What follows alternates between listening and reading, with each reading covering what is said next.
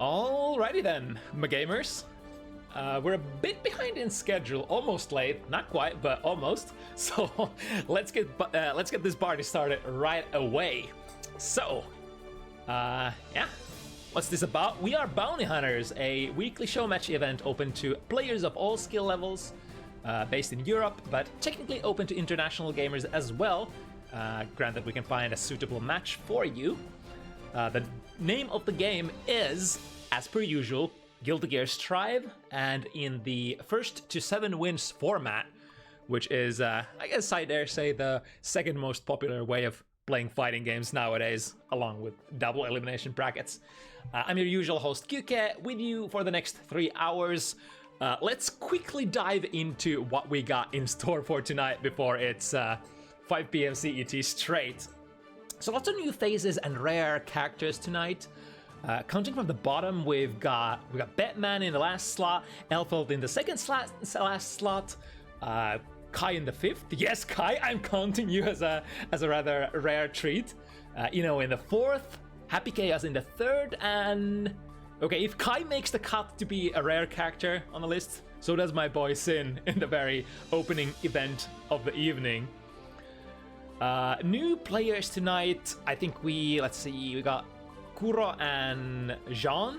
Is it the pronunciation Jaune? So this is a Spanish player, so the pronunciation would be something different, but I'm not exactly sure what. Either way, maybe they can, correct me later on my super poor pronunciation efforts. Kuro and Jaune both making their first appearances today on Bounty Hunters. We also got Doritoooooo in the 4th slot. We've got Artemis towards the end there with a rare Elfeld, as well as Nepal in the last slot of the evening.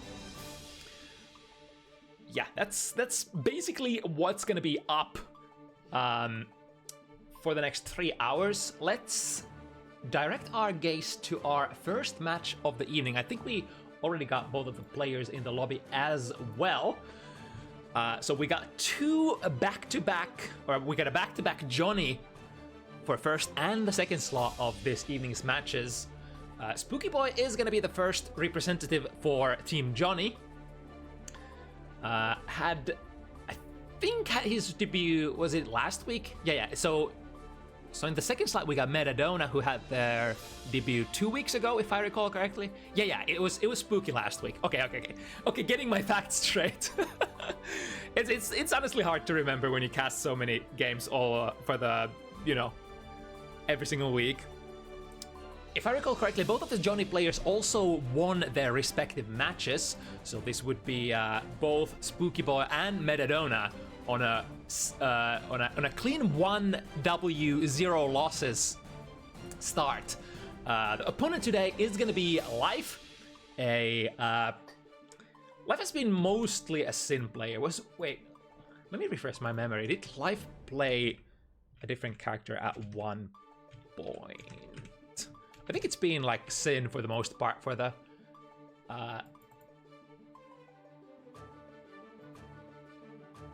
wait, yeah. Leif does have Bridget as well, yeah. But it's been, oh yeah, and he did play that Bridget match. The reason that was the sort of stepping stone or the place where I tripped. I was like, wait, didn't we have Leif on a different character recently? And it was indeed that Bridget. But other than that, Leif has been rocking the slightly newer edition, which is Sin Kisk as well. And a very interesting matchup this as well, because these are two relatively far range characters who actually have some difficulties back and forth with punishing each other successfully. Not necessarily finding the hit, but finding the combos out of your whiff punishes can be kind of tough in this matchup when both players are sort of positioning themselves at max range. At least that's sort of the meta, usually at higher levels of play, although if we engage in slightly lower skill bracket matches, you might see more sort of a little bit more brawling. So the exchanges might happen at closer distances. But let's, you know, I've never, because this is Guilty Gear Strive, I never count out the possibility that, you know, no matter what skill level, the players might play the matchup as it's sort of kind of meant to be at a meta level at the most highest level of the play as well. Is like one of my favorite features of Guilty Gear Strive, that matches look really good even at, you know, intermediate and rookie levels. Which definitely was not the case in old Gears. Anyway, I think both players are sitting down, ready to go, so we can definitely dive straight into the first of the evening.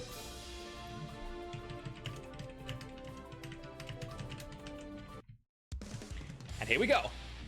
So Jaune, Sin.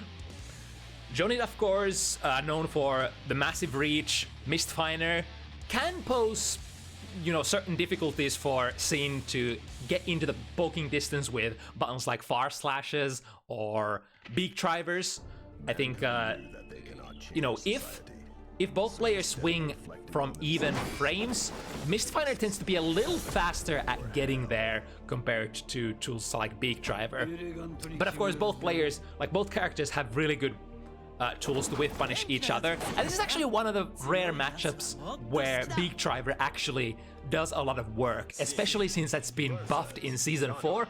So now if you hit a raw beak driver, it's gonna get you massive damage and corner carry with 2 stamina.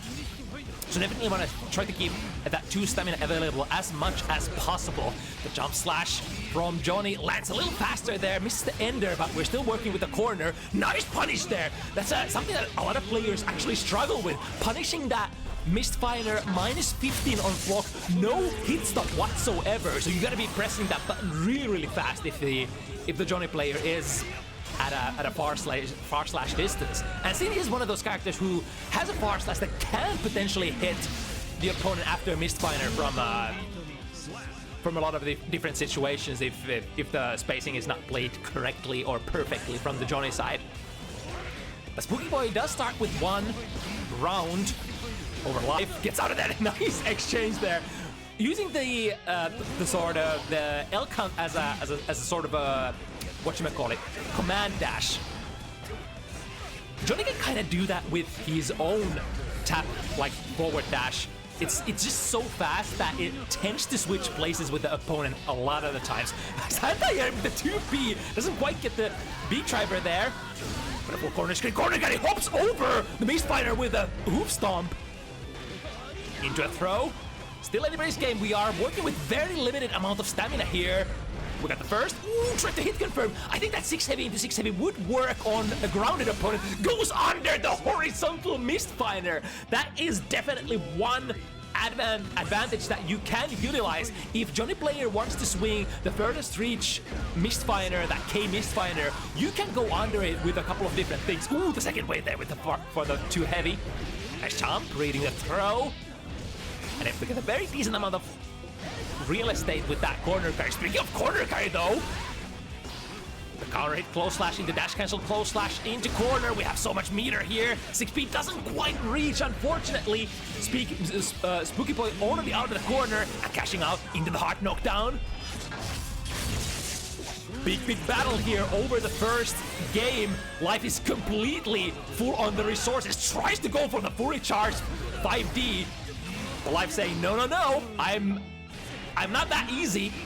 Bounce the hit from the low and straight into RTL. This could be 100 RTL opportunity. No, goes for the traditional 3 RTL opening and waits the super reversal as well. Very basic but clean choices there. Actually from both players, but Life just a little bit ahead at the end there, getting the initial point on the board. Man, that was a long-ass first game.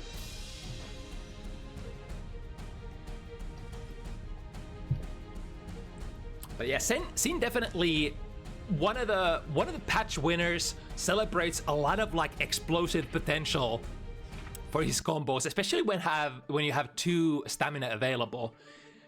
It's kind of like from the far range pokes, 2 stamina, far slash into anything. Perfect. You get a wall break. Raw beak, 2 stamina, You get a wall break just basically from anywhere on the screen. And then close range, you have your new upgraded pads that only consume 1 stamina there. It used to be the case where like small jabs, small hits like 2p, 2k, just wouldn't get you that much damage or would require you to spend 2 stamina. But the cool thing in Season 4 is that you can cut your stamina consumption short from those jab starters nowadays. Mankind. Right, back into it. The 2 far range characters, both very explosive. What was that round start from Spooky Boy? I think there was a jab or something. Getting whiff punished there by the S buttons from Leif. Backdash from the far slash. Finds a hit, immediate burst. Ooh, and again going under. The 6k from Jaune is yet another button that can be low profiled. Into B&B combo, cuts it short, but able to see the reversal. Didn't commit into anything, so even if you technically started pressing a button, you can usually like at least FD cancel it in a sort of like a car cancel kind of spirit.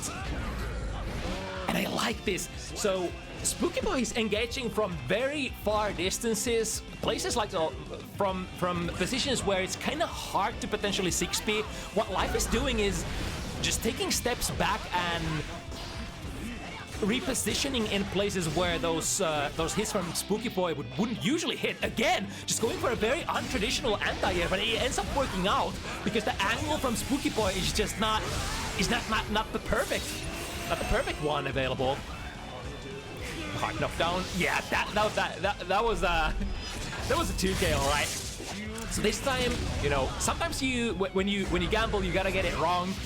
And now Spooky Boy has a really nice opportunity to take this round back. A little low on tension, which is why we go for the Wild Assault extension here.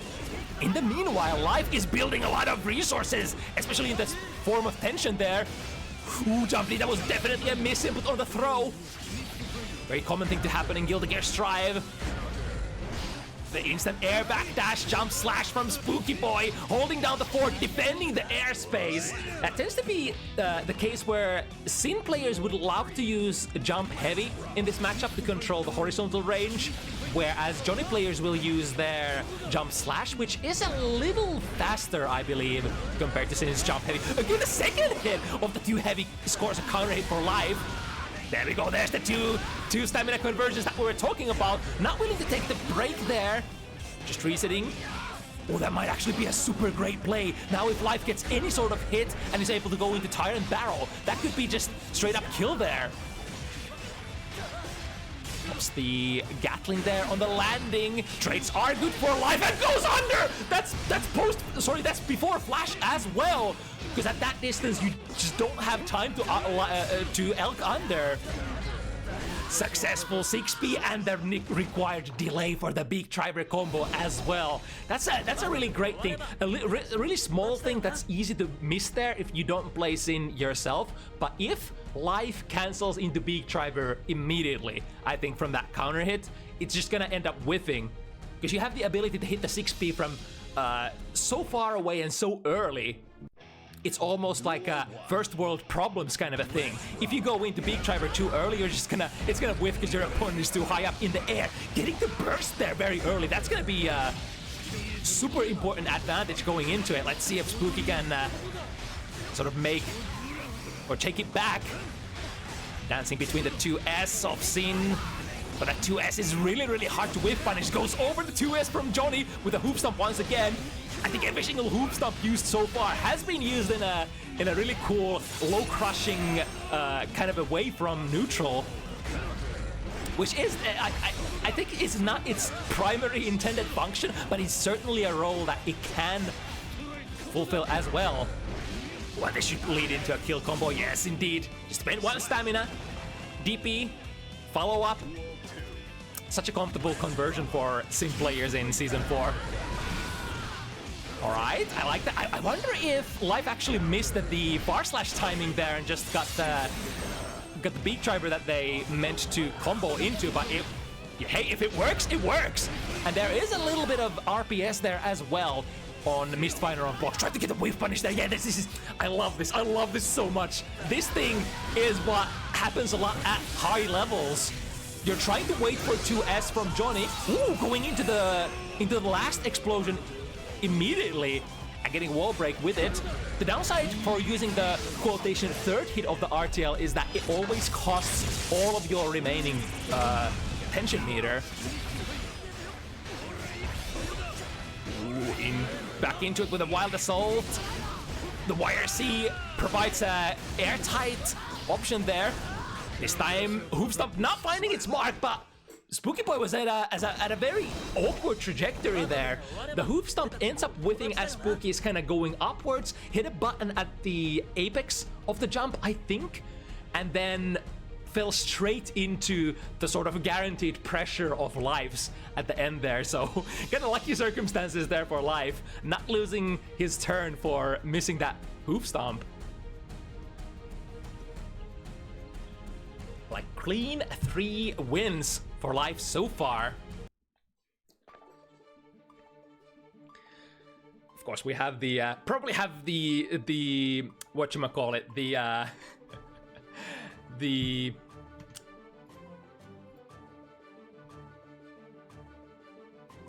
French cheer squad as well behind all of the options that Leif is playing. France is known for their abundance of really great Sin players at pretty much like all skill levels, I want to say. Of course, we have the absolute like hard hitters such as Patachu at the top, but there are like really great distribution of Sin players at pretty much like any skill levels coming from France. Right, let's see if Leif can keep up the pace here. Of course, this is another great thing that you can do now. You can just dial into Beak Driver, spend the 2 stamina, and get the +6 guard crush pressure situation that you usually only get from Elk follow-ups in the previous patch. Alright, once again, not trying to punish there with the far slash, but instead aiming to catch Spooky Boy after doing something from the -15 situation of the Mistfinder. Very strong for Leif. Oh, this time though, tries to anti-air with the Beak Driver. Not successfully. Well, players looking for the whiff punishes, but then Spooky Boy is baited into another another Mistfinder, which can certainly be instant air dashed through, because especially that horizontal version, the K version of it.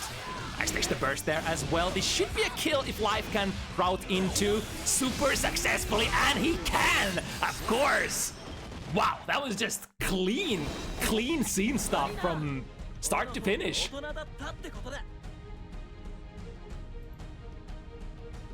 I do like the sort of whatchamacallit, like Leif is forfeiting the sort of prospect of trying to even punish Mistfinder on block and going for a bit more like hard read-ish things that aim to abuse the Jaune player if they— oh my god, and again! Just reading all of those burst options like open book. We have 50 here. Ooh, that might have been a miss on the throw button. Yeah, we can confirm this with the use of 50 meter.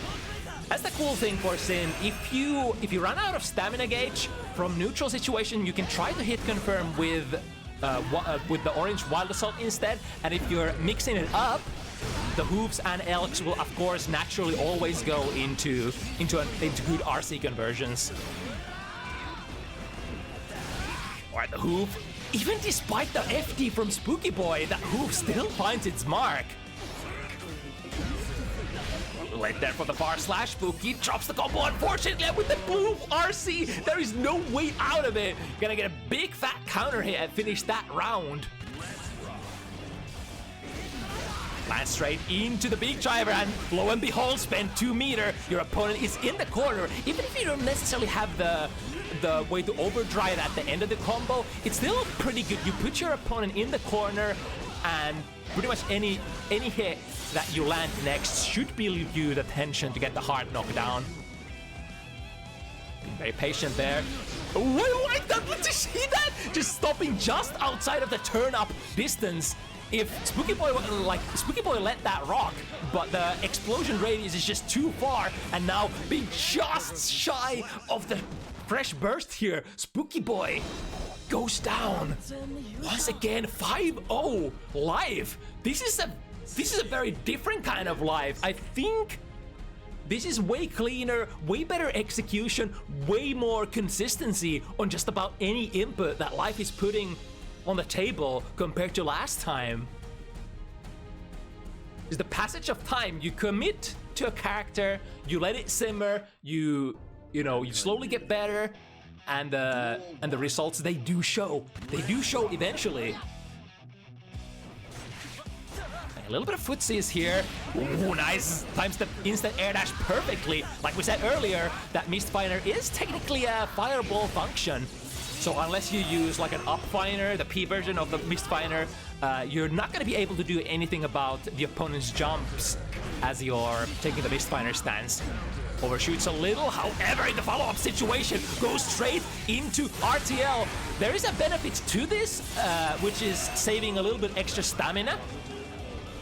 For Sin combos, if you wanna skip some stamina burnage, you can often just go straight into RTL and get basically a wall break from anywhere. And wall break goes into Beak Driver instead.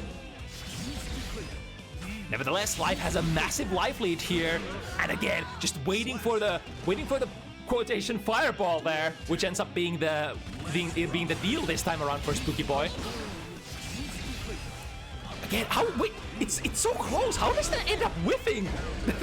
I always have difficulties myself trying to dodge that turn-up hitbox, and Life is just dancing around it. Won't be able to dance around that one, though. Ooh, the turn-up doesn't end up triggering there. Life wakes up with the first reversal.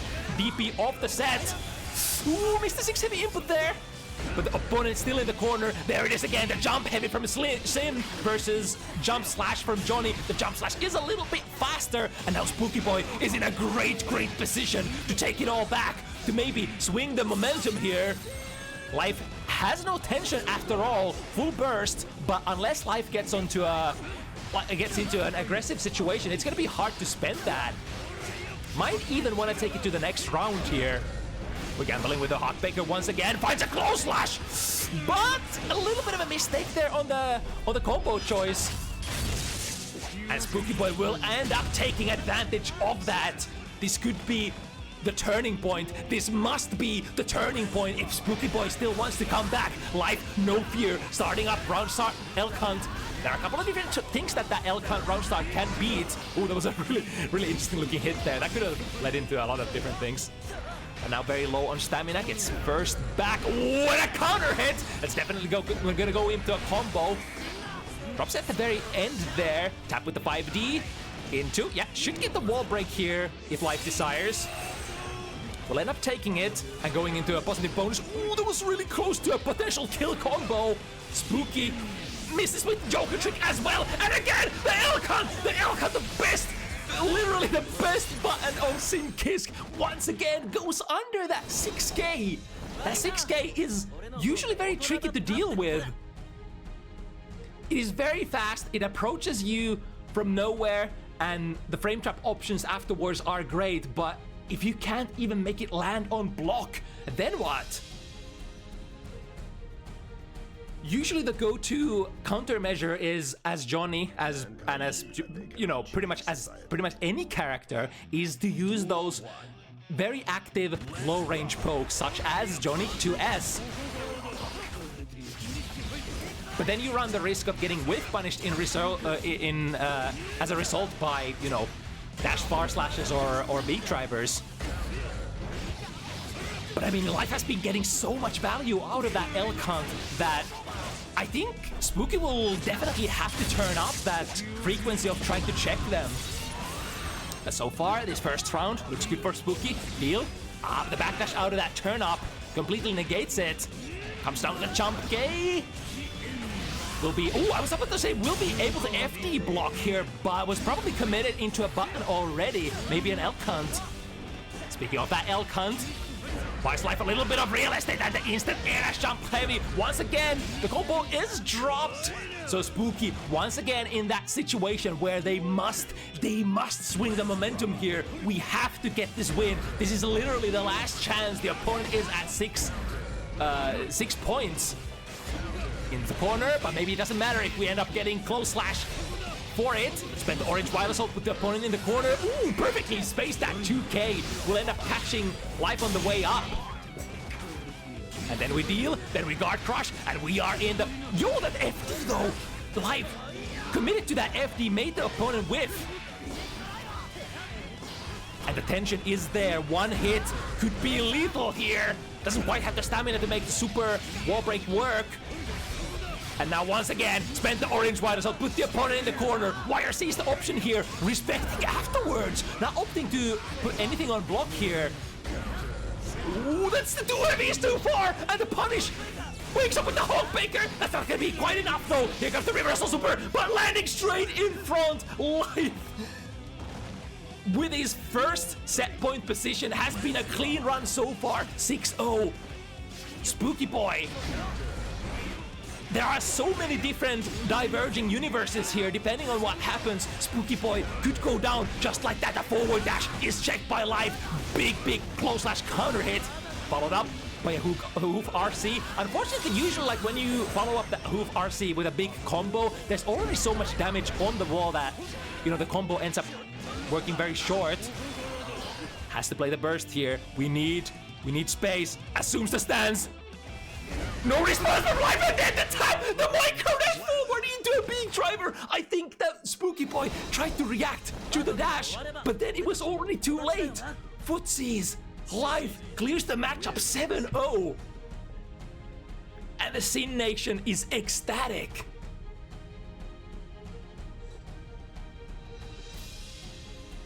I love the weaving, the sort of changing paces back and forth, sometimes brawling really hard, sometimes taking a little bit of a breather, waiting what the opponent would do, because in fact it is like technically Johnny's prerogative to just swing first if they so desire. So Sin sometimes has to take it a little slower, maybe look for the whiff punish instead of trying to force it, but a really good sort of balance between forcing it and taking it slow here.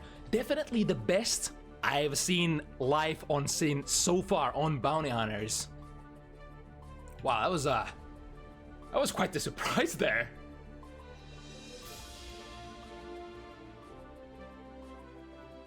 Oof, I'm kind of out of breath just from that first set. God. Alright, but we got another Johnny matchup back to back. The earlier advertised Metadona Johnny ends up entering the fray here against one of our regulars, Nagoriki regulars, Hikari.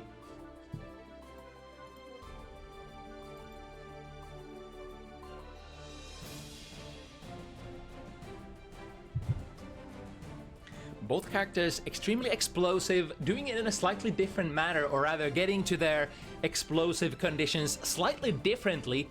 Johnny usually wants to knock you down, wants to guard crush you, wants to build a little bit of risk as they're getting to that mix-up situation, and then it's strike throw, high-low.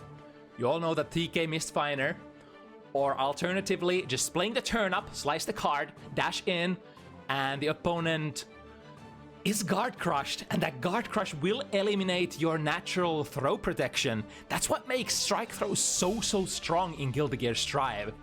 If you have access to guard crush in the way that, you know, Johnny, Gold Lewis, Bedman, damn, even Sin Kisk now, when all of his, you know, follow-up special moves are guard crush. There are so many characters, and I mean, don't forget about Potemkin as well. It's playing the strike throw from that guard crush is, you know, it's just so much better than a natural strike throw from, say, like glow slashes. Maybe if you ignore the couple of different, the couple of rare cases where you have characters like May, Sol, Giovanna who have a glow slash that is slightly more plus than +1, then maybe those characters can get a little bit of extra oomph out of those strike throw situations. Either way, let me... I think, yeah, Metadona was already in the lobby. Let's call Hikari in as well.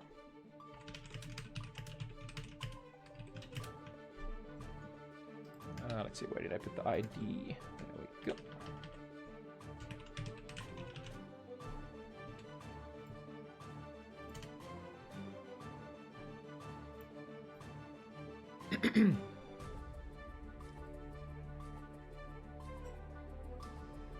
So Jaune is usually at a pretty decent position right from the get-go because you have some of the best mid-range pokes, /, 2S, buttons like that are really good at round start.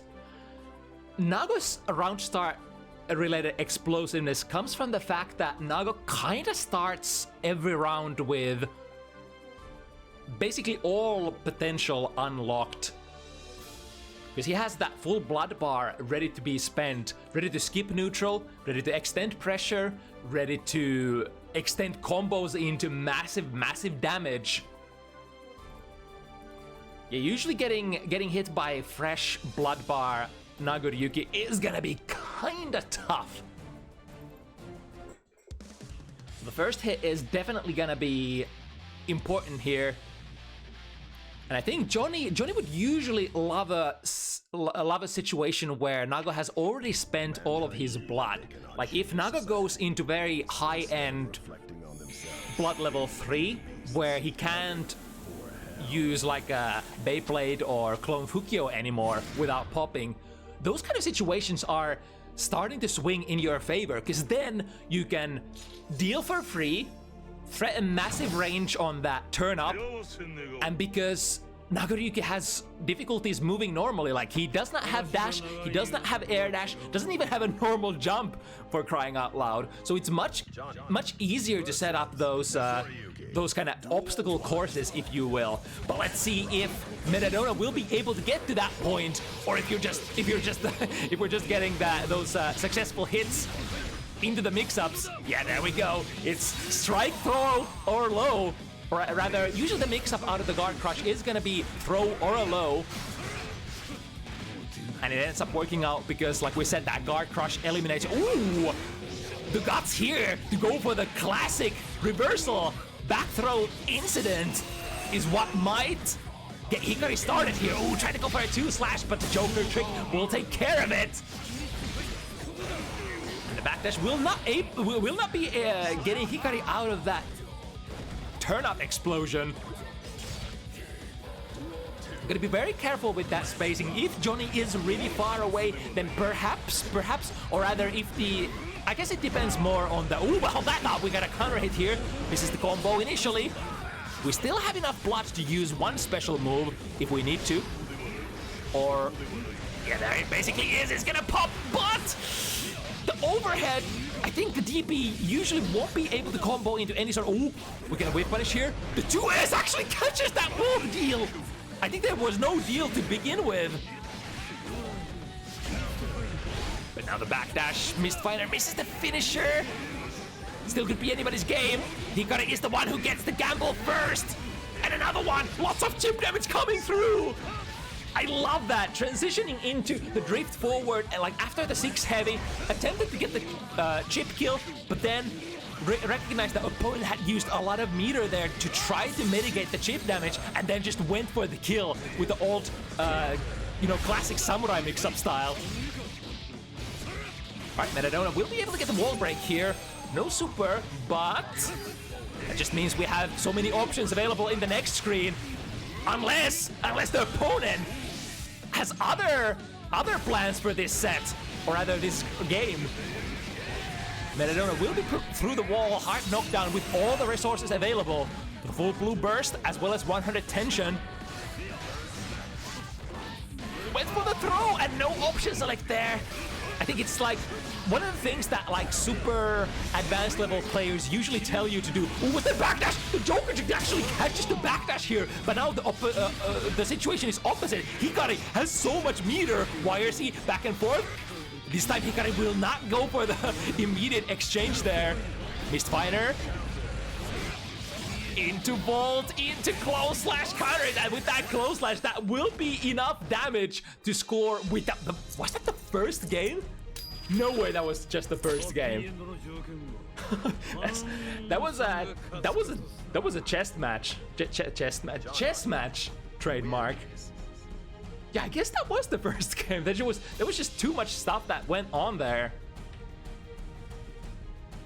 Oh, sorry, not this one. Metadona is the player who ends up scoring the first of this set here. Let's see how it develops. Because, you know, these are, especially Nagoriyuki has the ability to, you know, make the momentum swing from side to side extremely fast. I mean, that's kind of the nature. Ooh, was able to actually, what? First backdashing out of that Mistfinder and then just switching sides just like that. Hikari with a sick blaze. Tried to rev up the two heavy anti-air, but the anti-air usually ends up being not really something you can do on reaction, especially from that range. Oh, the Joker trick lands just in the nick of time. I was a little scared there whether it would trade. The neutral jump K into. Oh, wait a second. Is that gonna pop? Oh, what the no! Oh, but it ends up being a safe pop. Now don't get hit here. Any hit confirm. Could go into Zanzetsu. But because after that black pop, Hikari's life was so low, Metadona could afford to kind of hunt for that last chip kill just by using Mistfinder. Running the blood. Ooh, but a close slash. The heaviest of buttons there. Ready to interrupt with the forward moving special moves. Guard crush into. Just more pressure. Instant air dash into. Finds the hit. This is 100 meters. There's so many different things that could happen. Just goes into the most obvious choice. Just spend the super for wall break. And I think it should be enough. Because Hikari is so high on blood here. Meaning they're gonna be taking extra damage. Remember, Nagoriyuki starts the round when the blood gauge is empty with one of the highest defensive modifiers. But as time goes by and your blood gauge fills up, that defensive modifier is gonna start waning, and at the very end, you're basically taking damage like some of the softer characters in the game, such as like Milia or Chep.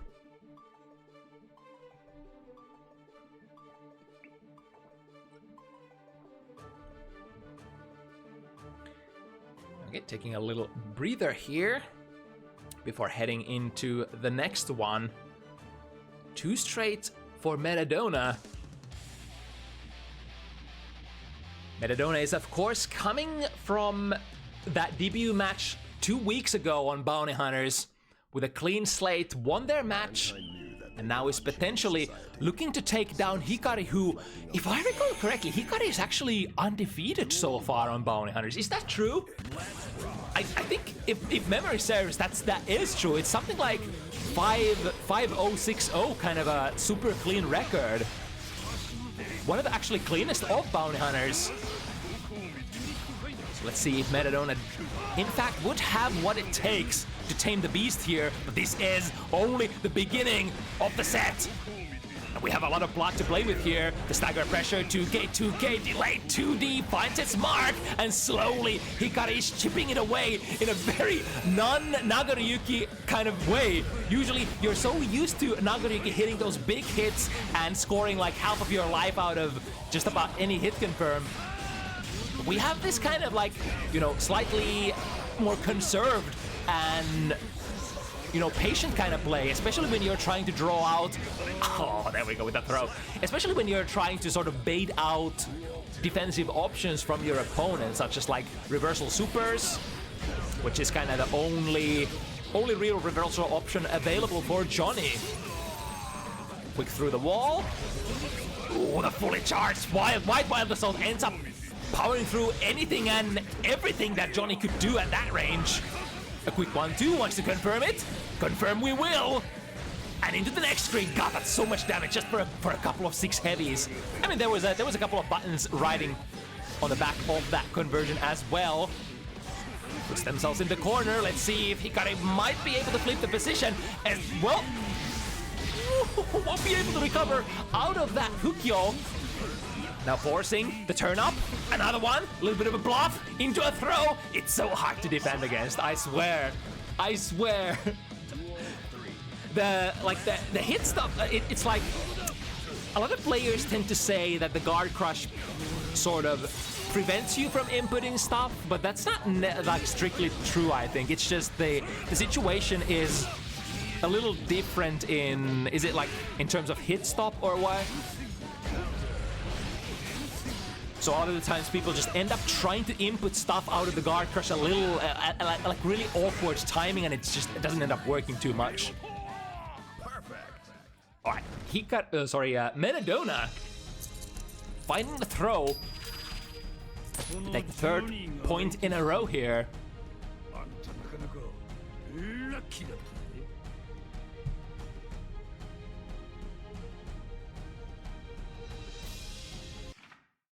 Mankind knew that they cannot change society, so instead of reflecting on themselves, they blamed the beasts. Duel 1. Let's rock. And in we go with the classic backwards Fukyo into Beyblade, which is generally considered the sort of clear all option if the opponent tries to press any sort of buttons, unless those buttons are fast and forward advancing. Speaking of advancing into big buttons, we got the Mist Fighter, we got the turn up, so that should carry Hikari into the corner. Both players with a lot of meter resources available here. There we go, there's the challenge. Because Metadona has been doing those small quotation bluffs where they try to get an extra deal there. Ooh, is this a safe pop? No, not even close. Cross the super right away. Ooh, very close to a super. That close slash will be forced to block, I think. There are some considerations there from that mask off. Maybe the close slash hasn't really registered yet, hasn't gone active yet, so you might be tempted to attempt to throw. But that time, it was definitely not meant to be for Hikari. Air-to-air jump K. Scores a really nice combo for Metadona. And with a clean ender as well, through the wall. I think Hikari will be able to get the ever so important 50 meter here. Because usually, ooh. I wonder what that was. Maybe a miss input there from the side of Metadona. Did I say that correctly? Backdashing the Beyblade. Absolute mad behavior wakes up straight into the blood pop, and that unfortunately will spell the doom for Hikari for this game. Metadona marching forward, taking advantage of all of those pops, all of those, like basically everything, every single little advantage that you can get. Ooh, that's an interesting way. I wonder if you could go that backdash into straight Mist Fighter, would that call out back Fukyo into a Beyblade? Let's see if Metadona will not see the pop coming. So still anybody's game. Look at the damage, that was a single 5 heavy with the Blood Rage. But the forward moving momentum from the Fukyo is, I think, still in effect, or Hikari tried to press a button there. Not sure which, but the Joker trick ends up being a really nice call out. Drops the combo and the far slash gets a punish here. The very delayed follow-up of the DP. That was, wait, what was that even a counter hit? Let's see if Metadona is... No! Oh, okay, never mind. We'll be able to FD block just in time here. Throws the Joker trick again, and now Hikari is in a little bit of a tough spot. 0 life, so anything landing on block will probably spell doom for Hikari, but that probably... Oh, no! It was a really great chance, but the small drop at the end there, and Metadona is just completely ready to take advantage of it again. Small things end up meaning so much, especially at the ends of the rounds. Mankind knew that they could. Duel 1. Let's rock. There we go with the whiff punish, waits out the button, goes in with the 6K, and then the situation that ensues, but a little bit of spaghetti from both players here. Lots of trap combos, but the cool thing is both players both of the players here are super vigilant and ready to take advantage of those drops from the opponent. Which of course like is a big thing. It always feels the worst when you know that your opponent made a mistake and you weren't able to even capitalize on that. Ooh, reset here? Perhaps reading a burst from Hikari. He does come at the end there. And the Fukio will be tagged by the Joker trick once again. That Joker trick is really a commitment. It costs 50 meter, and if your opponent does nothing, they can basically nullify. Ooh, interesting. The forward dash into a bite there ends up getting very decent amount of starting momentum by Hikari, or for Hikari. Wall break. We are still in the bite positive, not positive bonus, but the whatchamacallit, the buff. And then a little bit of a variation of the Samurai mix-up there, Samurai mix-up there. Ends up cancelling with the massive amount of blood that was available into Clone instead. Throwing up the expectations of Metadona. Let's see if this indeed would be the turning point here. So far, Metadona looking like this. They're saying no. Soft knockdown though. Yeah, there we go, the fully charged Wild Assault. Ends up taking the cake here. But look at this, Metadona has so much meter. Reversal options are available, or perhaps ready to utilize the fear, the baiting windows of the opponent, and just pressing far slash. The trade definitely in Hikari's favor. We'll be able to actually pick it up, and Hikari is on the board. This is where it starts. Not a game too late either. When the opponent is at 5, it's still doable. It has been done so many times. This is the time to strike. This is where the momentum could be undone. Mankind knew that they cannot change society. So instead of... And this character, Nagoriyuki, is definitely one of those characters that can do it. You just need a couple of adjustments, just, you know, guess right in a couple of extra RPS situations, and it starts looking so different. I love that, using the 5K as an anti-air. Not necessarily as an anti-air, but as a check on landing frames when you know that your opponent can't get to you. There we go, the super jump over the Joker trick that has been coming out so often. Hikari does have 50 meter to defend with here, and still a decent amount of life to buffer as well. That close slash should be slashed here. With the reversal super of Nagoriyuki, and not only the damage, this will relieve Hikari's blood situation too. There we go! With the first hit of the DP, go in with the second one, which is the overhead part. 6P, successful start here, but the DP won't end up connecting here for Hikari. And now Metadona's turn to run it back. Not quite at the 50 tension part, never mind, with the use of positive bonus, we do get there, but Metadona would probably have to burst very soon. There's the burst. Get out of the corner. We have 100 straight into the warm embrace of the Cyber Samurai, but ready to reversal super back. Getting the momentum here for both players is so important. Ooh, again, the landing, the little bit of the couple of frames of gap there, transitioning from the jump in button into the grounded button, ends up finding Metadona hit once again. Beyblade counter hit goes into far slash slash. We are working with the corner. However, that too heavy cannot be cancelled anymore. So from that range, it could be very dangerous. But dangerous is the name of the game. When Nagoriyuki is on screen, get the air throw. That's the safest option. But the 2S, ooh, very close to popping, and pop goes to beat Weasel. Ooh, but wait a second. I wonder, was that a sort of, It was a very interesting situation. I wonder if Metadona just realized that they were gonna be late for that pop bump, the Blood Rage pop punish, or was that simply? I guess the base idea was that you wanted to go for the close slash punish, which is, you know, your biggest punish, but then you were so far and realized maybe you needed to dash another time. And Metadona didn't even have like the max frame advantage there because the situation was a little fuzzy there. Right, far slash slash, especially the last hit will end up draining a lot of blood back, as do these heavy hits.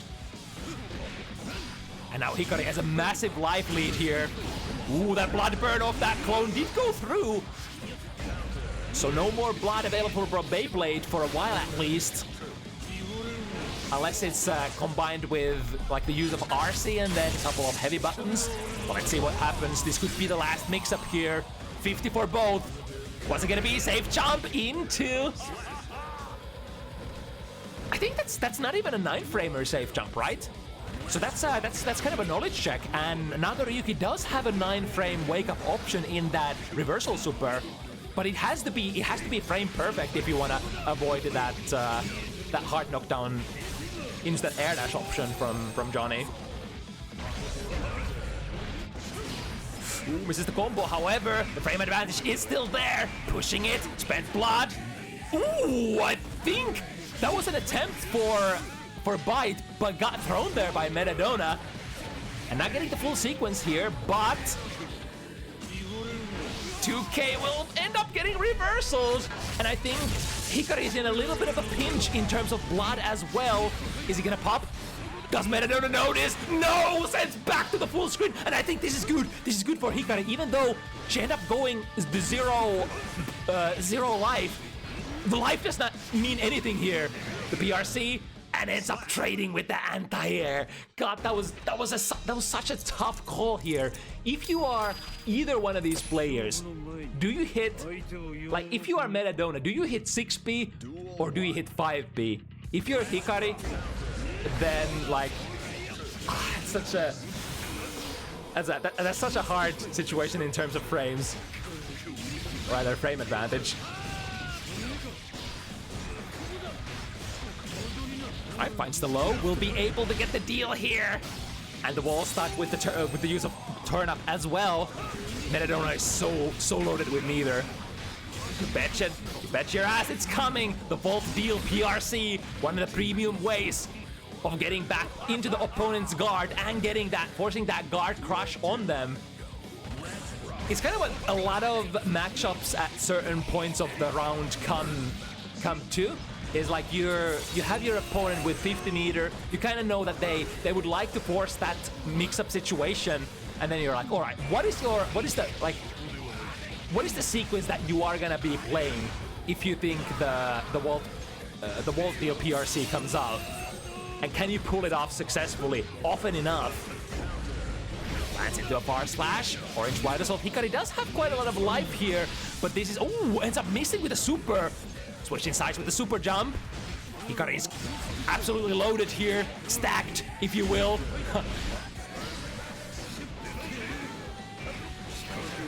It's the YRC once again tries to go for another one. However, the blue RC ends up being even better there, because if that blue RC goes through and you don't see any reaction from your opponent, you can be almost sure that nothing they can do in that situation will have the frame advantage. Like it just can't make it there because their frames are slowed. And now Hikari wanting to live once more.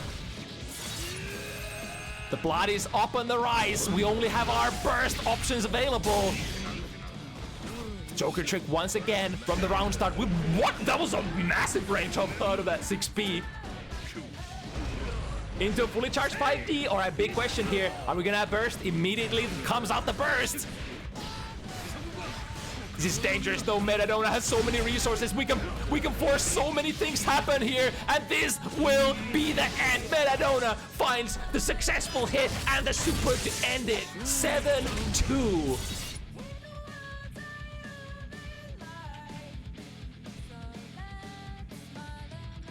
But definitely valiant effort there from the 5-0 situation. Chose to not go down like a weakling, fighting with all her might, all her heart. Hikari able to squeeze those couple of points in there and still make it interesting.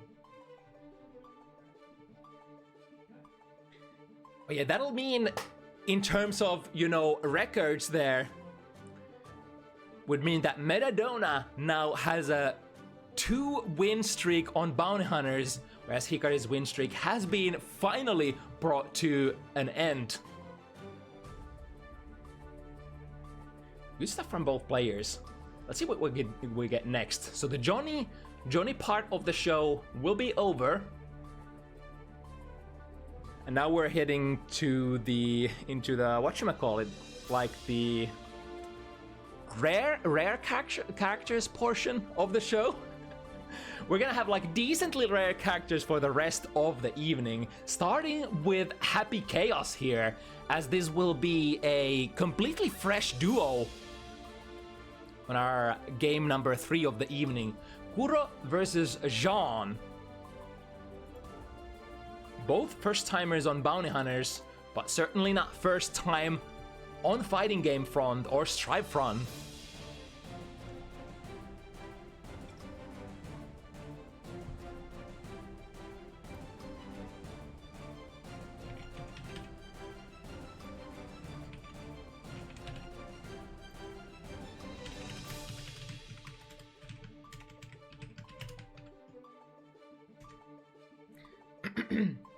So two characters, very explosive, but in very different ways. We all know the capabilities of Happy Chaos.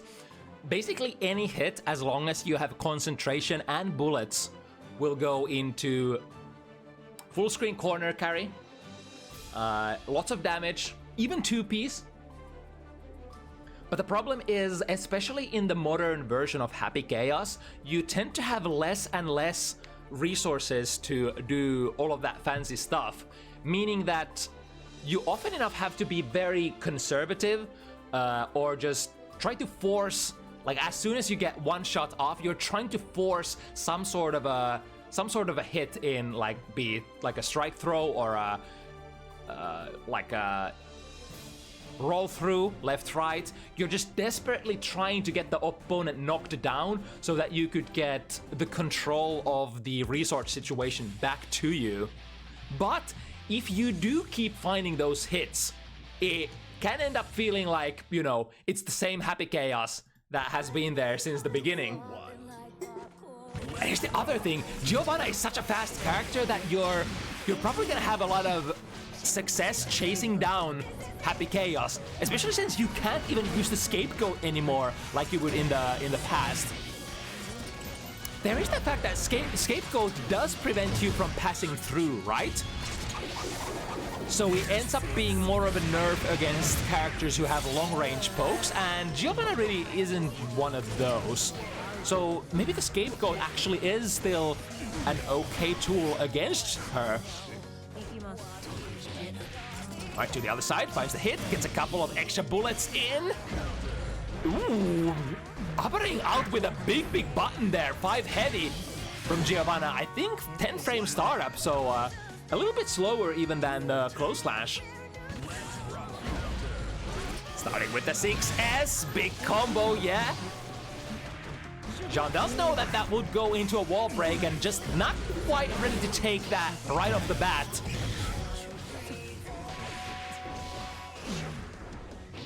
Ooh, dangerous miss there on the 2 heavy. I think I saw Kuro using FD there successfully, which is of course very good proposition against you know, rushdown characters that want to stick to you, such as Giovanna, you know, Soul Bad Guy and that kind of fellas.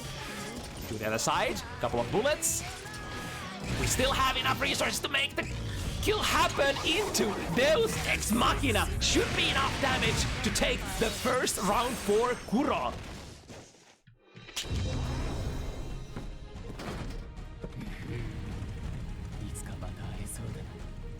Definitely the resource management did end up working out pretty well. I think I never saw Kuro during the first game in a situation where they were struggling for one sort of, like one type of resource. And that already tells us, like, what a... Wait, the taco kick didn't actually end up connecting there. It's a little interesting situation. All right, with the cross-ups now, speaking of those resources, getting a couple of bullets back, get the curse. And the curse means that the reticle is gonna latch a little bit faster onto the opponent. Nice, fixing the bullet problems. We could potentially fix the shaking hands with the use of super. Well, goes for this throw a little too early. And Kuro lands straight into a throw punish there. Nice, the delay, the patience there from Giovanna, waiting the initial button and getting the whiff punish.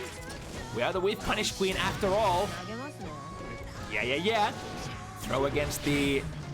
I think that's like a little... Like, you have to be really on point to make those roll mix-ups work perfectly so that the opponent cannot throw you. I think it's probably one of those, like, you know, one-frame propositions. You just gotta have a really tight timing if you actually wanna have a mix-up that is either not airtight or not throwable. Alright, finding the low. This could be the big conversion. Goes into Deus Ex Machina very early. Is that gonna carry? Of course it will. All the way to the corner with the heart knockdown as well. Assumes a defensive position, but that might be a dangerous proposition. How? Because Giovanna comes at you so fast. Spent the 50 meter on the super concentration. Wait, who? Which one? Is it? It ends up being Kuro again. I didn't glimpse the health bars before that trade, and I was like, who died? In my mind, it could have been either one of the players. But once again, it ends up being Kuro, who gets a second game in a row here. Yeah, this is exactly... I think that last 5 seconds sort of encompasses like how this matchup works. The quick dashes forward into, you know, the reticle doesn't even have time to track there. The dash into a massive button, and if you're not protecting the space ahead of you, like if you're not swinging with your normals and preventing Giovanna from coming in, she is gonna come in, right? And I think from this point on, Jaune might be swinging in much more aggressively. Oh, never mind, just taking the step back and ready for the whiff punish. 1, 2, 3 with the 6 heavy into a big close slash. That will be a hard knockdown. If we go into the super, no. I'm going to take it with the 6 heavy this time instead. Maybe I miss him, but who knows? But trade here definitely into the favor of Jaune. Last second burst. Yeah, the reticle, look at that. The reticle just can't follow up.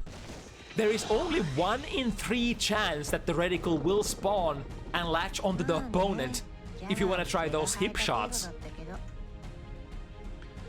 So that's sort of the whole kind of like shtick of Happy Chaoses. Like you would like if the reticle is locked, you have really easy time to controlling like what is going on. But to get that reticle to lock is not free for certain, unless you take a massive gamble and try to get a hip shot in.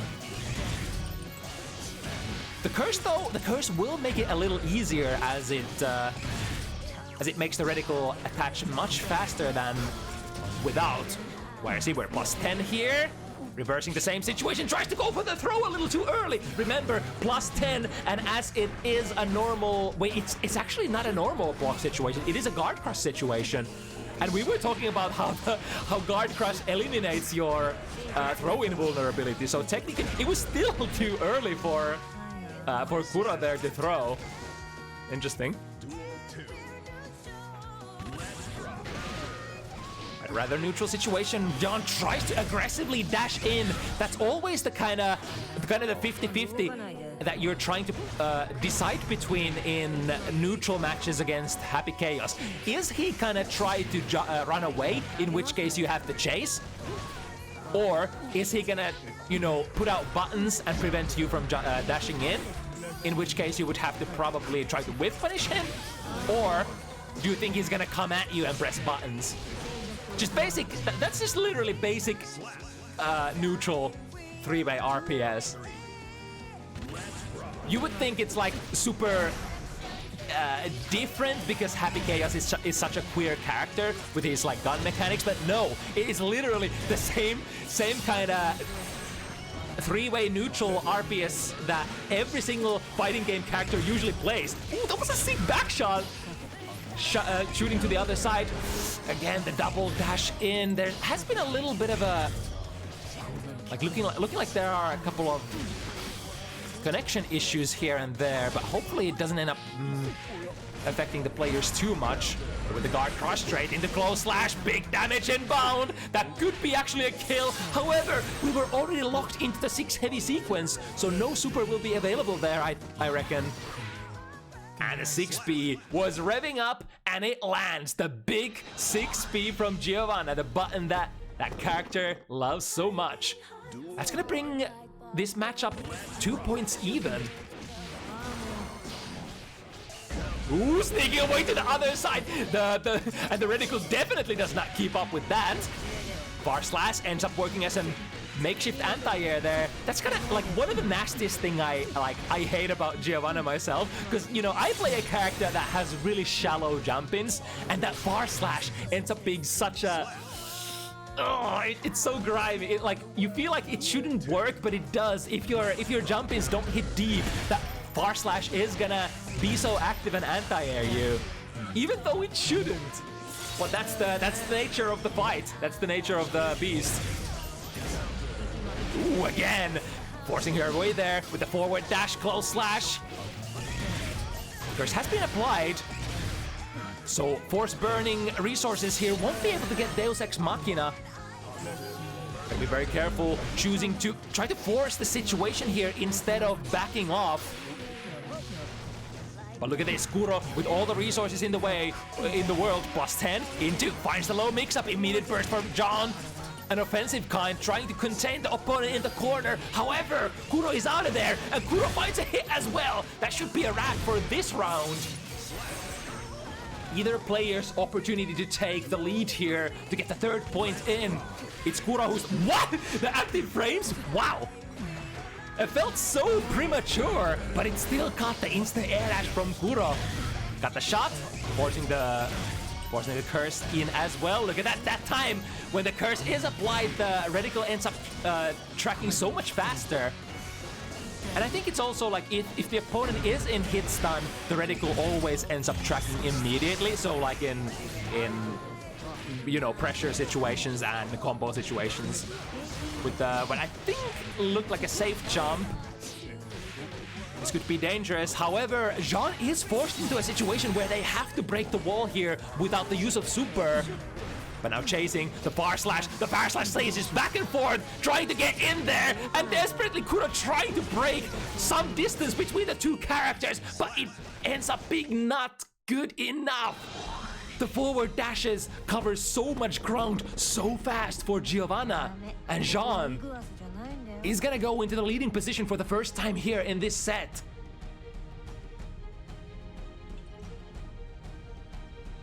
It's what I said. I was like, Jaune is definitely gonna start making it a little more aggressive, and those forward dashes, they are coming out. And what do you do against that? It's basically like you would have to put out some sort of buttons there as Happy Chaos. But here's the nasty thing.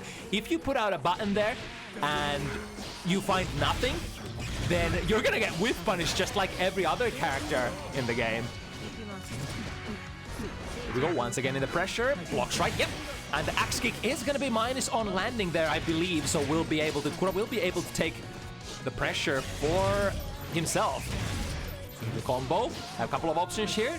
Choosing to drop the combo without taking the super, but we'll certainly take the super here, get the full clip from that super.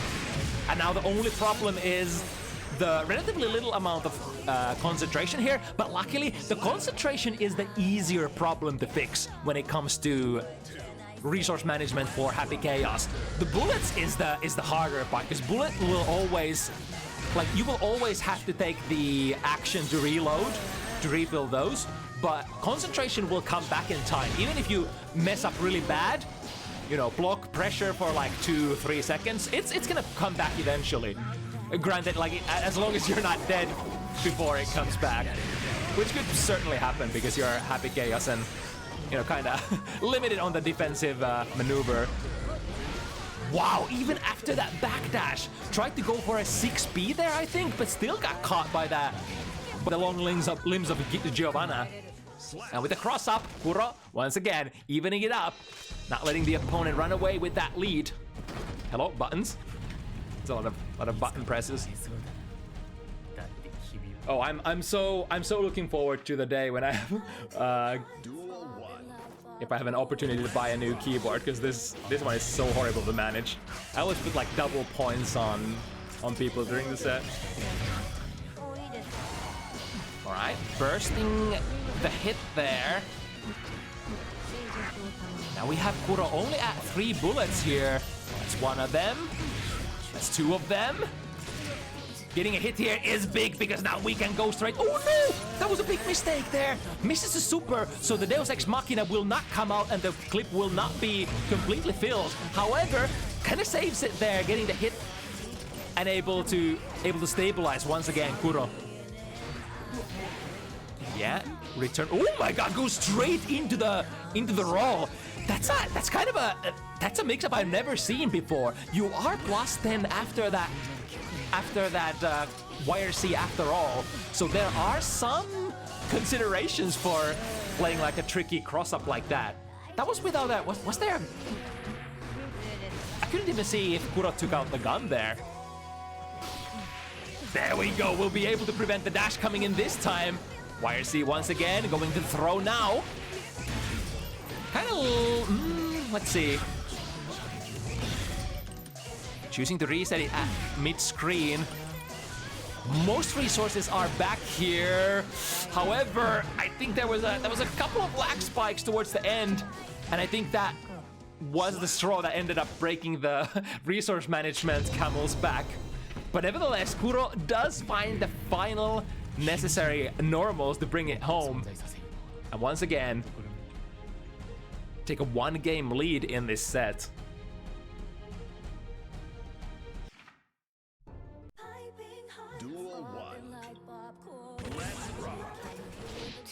All right, there we go. Taking the escape risk, but wow, okay. Both players end up bursting at the same time. I mean, that is one option that you can do. If you get bursted, burst immediately, and you know the opponent at least won't be able to gain an offensive advantage on you if you like, especially if you get bursted into the corner. All right, full resources. Let's see what we can do here. With a safe jump. And pressure. Wait, where did the reticle go? In the end, it ended up landing the shot right though. Into the low, and is it gonna be enough? Not quite. Literally 1 hit point here for Jaune. Swings with the 5 heavy. The curse is applied. Oh my God! Slides forward with a little bit of momentum from the tail end of the dash here. But still ends up not getting close enough with that far slash. There's the very, very preemptive 6 heavy, sorry, the 6P again from Giovanna. And into the pressure position. Waiting out some sort of, I wonder if that was like a miss input because of the connection issues or something. Yeah, immediate YRC against the plus frames of the spiral arrow. Get the throw that will allow us to recharge a couple of resources, but now the concentration is the problem here. We can only do so much. Finds the low, mixes it up, misses the combo, and now completely out of resources. However, was able to bait out the throw, so it's not the end times for Kuro after all, and able to break out of that resource, that concentration break situation successfully. What a comeback there. Made a little bit of a mismanagement of resources. I think one of the first ones of this set for Kuro, but was still able to recover and save the game. That was kind of sick. Let's see what Jaune has in store there. Tried to whiff punish there on the round start situation. A little late there. Yeah, got the mix up, and now keep getting those hits, and the resources end up being fine as well. Yeah, Kuro did find the hit initially, but it can be hard to hit confirm if you have to consider between like, am I gonna hit confirm this, or am I just gonna go into like a left-right mix-up instead? The reticle is all over, which is fine by Jaune as long as the reticle is not on me.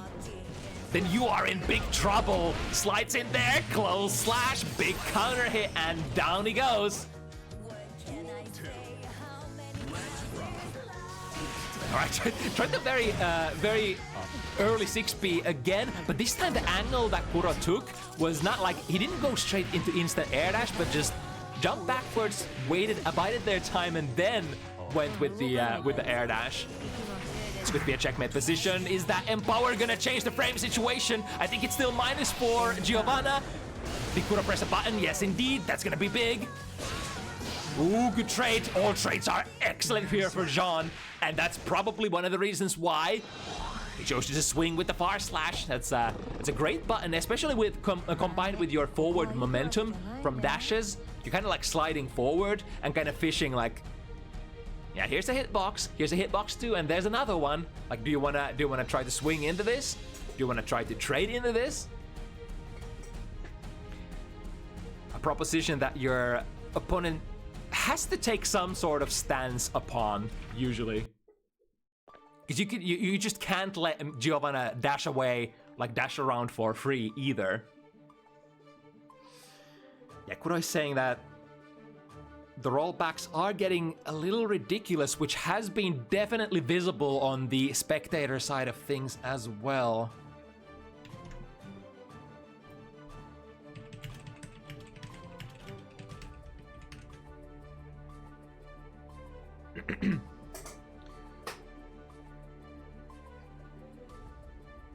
All right, we were pondering a couple of different options what to do about it, and restarting the game is one course of action here in order to try to remedy the situation of the massive amount of rollback frames that's going on at the moment between the players.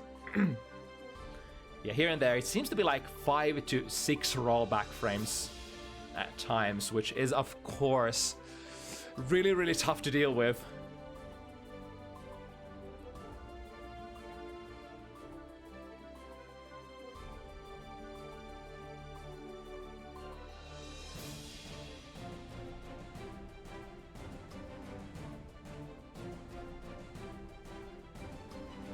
So we're gonna attempt to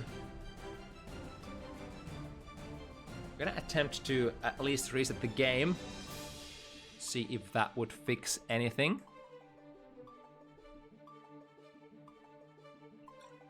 Of course, there are a couple of different things that can cause, you know, jitter, you know, lag, rollback, all that stuff to happen between players. It could be like the two most common issues are, of course, it's just a connection issue, it's just a routing issue. But sometimes if it's, you know, if your hardware is not running with perfect execution, if you're getting slowdowns on your end, it will end up sort of emerging as laggy, like jitter or like delay in the actual match. But let's see if this will fix things, hopefully so.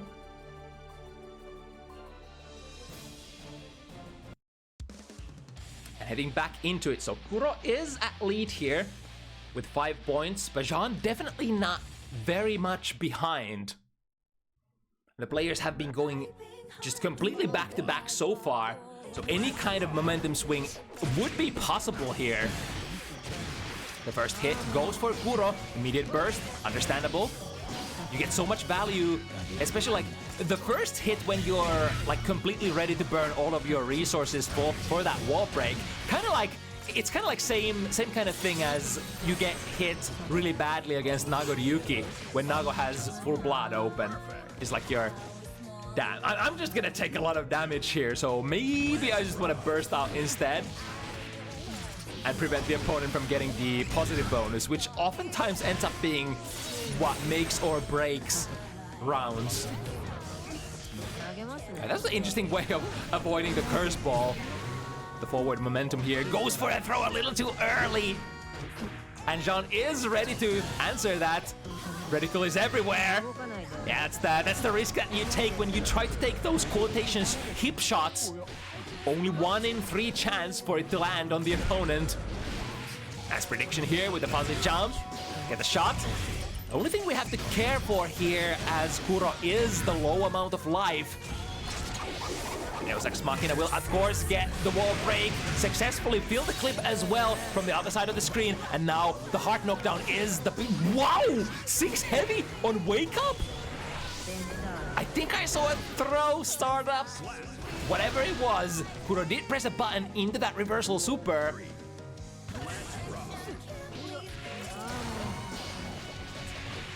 now Jaune once again. Oh, both players actually having to use burst very early to prevent disadvantageous situations. But Kuro does found himself in.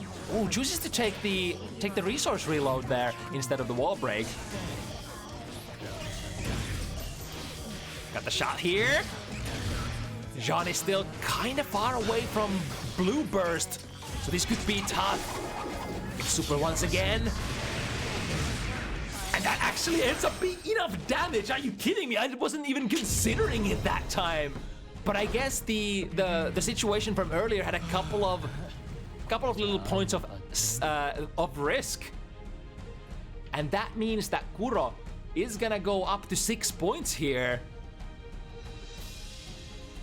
Very classic score situation, 6-4. But Kuro definitely having the advantageous edge. Unless I miscounted. Not sure. I'm pretty sure Kuro still only had 6, right? Could just be a little bit of a, breather. When you, especially if you're Jaune here and realize, all right, I can't afford to lose anymore.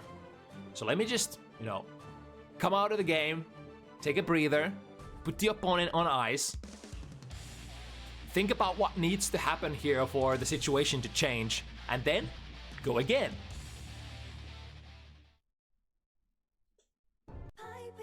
It's only 3 games that you have to take here. It's just a tournament set.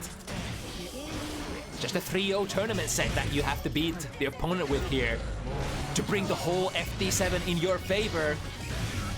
The curse is applied and the reticle finds its mark as well. Around half resources here finds the hit. Was going for the, I think it's the what I'm kind of seeing here is the, especially the rolling point. So I think Kuro ends up getting a lot of those lows in just before they go for the roll, and then to hit confirm it, you would have to shoot really early, right? To make the combo still work out for you. There we go, starting out with the 2S. Very decent hit, especially since that was a counter hit. Only 1 bullet lost there for that combo. And now we are basically at a set point position. Jaune, and I think, ooh, the guts there. Press far slash, the opponent runs straight into it. But a good read here on the burst for Kuro. Burning the meter into the throw conversion. This could go wall to wall, but will cost a lot of resources. Look at the resources of Jaune here. Sorry, Kuro here. Oh, but the throw finds its mark and the low! And the resource situation ends up not mattering as long as you have 1 shot here left. 1 is all you need. Kuro finds the low into the basic BMB conversion and will be able to take this set 7-4. Gosh darn it, it's so close. It's the throw range. The ever important throw that Kuro was able to get there, completely nullifying the incoming potential pressure potential. Whew. But very, very back-to-back set. Very cool for both of the players. And welcome to Bounty Hunters. Hope you guys had fun there with the set. Would definitely be really interested to see both of these characters more.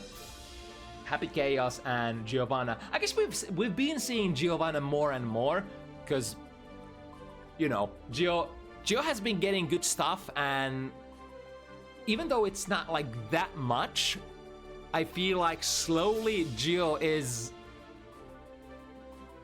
has been slowly getting so much stuff that it's ever more like, what's the word I'm looking for? Enticing. It's just like the prospect of playing Giovanna in the modern patches is, yeah, it feels really good. All right, but moving on to the next set here. This will be Doritoooooo's first showing on Bounty Hunters. Will go up against Dragon.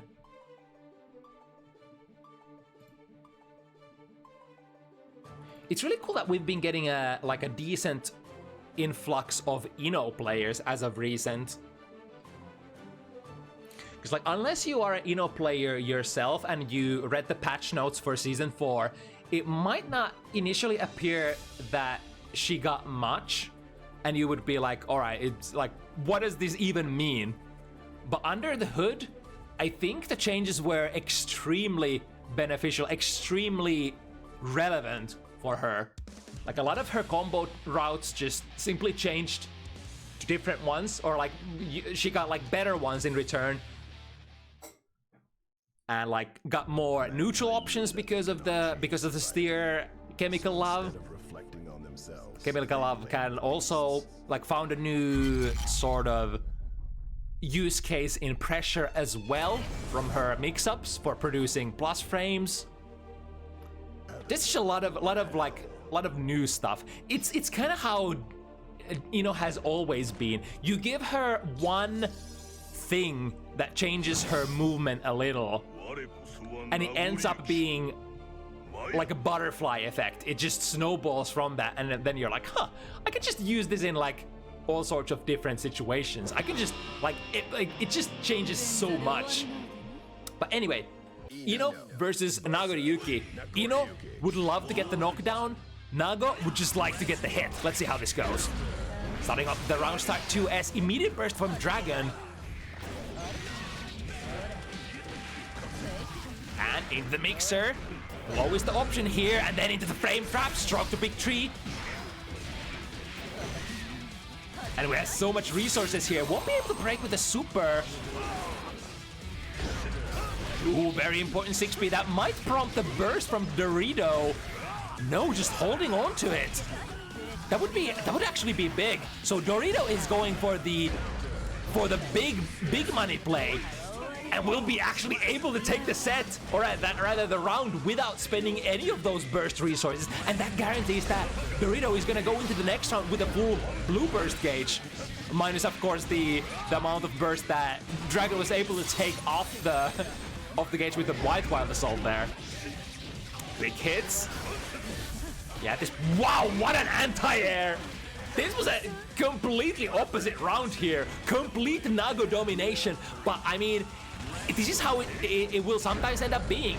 If Nago gets onto the driver's seat and you just won't be able to generate any defensive resources early on, then Ino will have a lot of difficulties defending herself.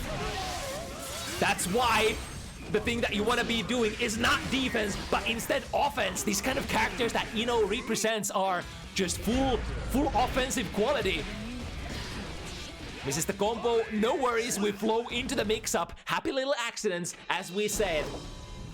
The offense machine, the aggression machine that is Ino. Ever blazing forward as long as we are on the driver's seat. Starting, oh, that was really dangerous looking situation there. Was that an IB on a forward drift chemical love? That's what it looked like. All right, we've punished there with the YOLO dive. However, getting back thrown. Successful backdashes out of it. That was a lot of backdashes, actually. Wow, look at that. The perfect spacing there. At the very precipice of popping. Yeah, RC, after that dive, most of those dives are usually going to be punishable, or at least minus. Case in point, even if you end them in the air. Here's the pop, and gonna end it with a throw into an OTG 6-6 jump heavy.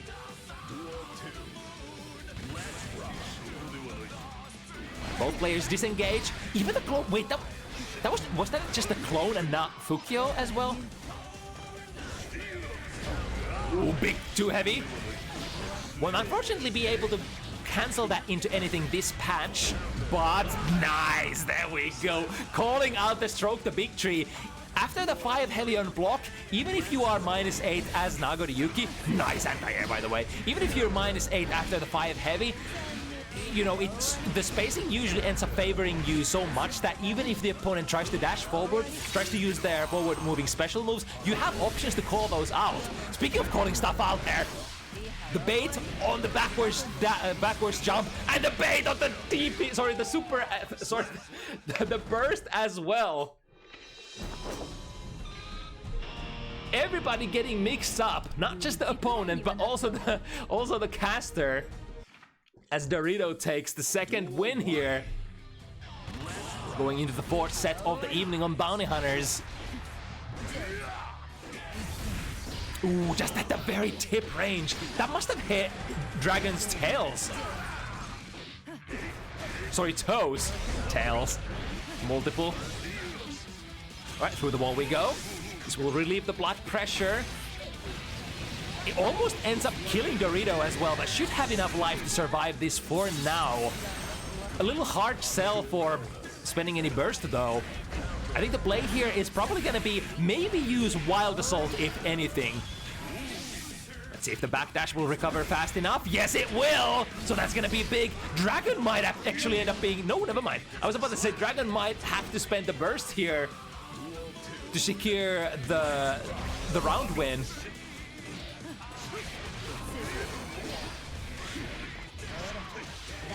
I find the overhead, and now into the mix-up situation. Low is the option. That ends up getting the wall stick. Very close to that 50 meter. That would have been ever so important for Dorito. But so far, I think Dorito has been completely okay playing this neutral game here. Even this full screen game. It's like, remember, the chemical love, the horizontal chemical love is a very fast projectile. And if you whiff something heavy as Nagoriyuki, you might actually get whiff punished very easily against that tool. With the overhead into the low, and into another overhead. This is the Ino blender that we all know and love. And sometimes some portion of the populace might hate. Oh, the too heavy. One of the best buttons to defend the space in front of you for Ino. We go this time, going into the super. Positive bonus, Dragon has 50 meter and the full blue burst. Ooh, it's such a cool thing. Missed, like, go into the Mad Love too early, land into it and then throw. And the opponent, of course, will be expecting that the Mad Love would land as blast frames. Completely new fresh blood bar here. The burst was initially not cleanly punished, but in the follow-up situation, Dorito had so many resources and so much steam. Duel 1. We'll be able to procure that round after a little bit of a mistake here. Counter hit. Ooh, what's this round? That was a kind of cool route. Ends up taking half of Dorito's life without committing too much blood either.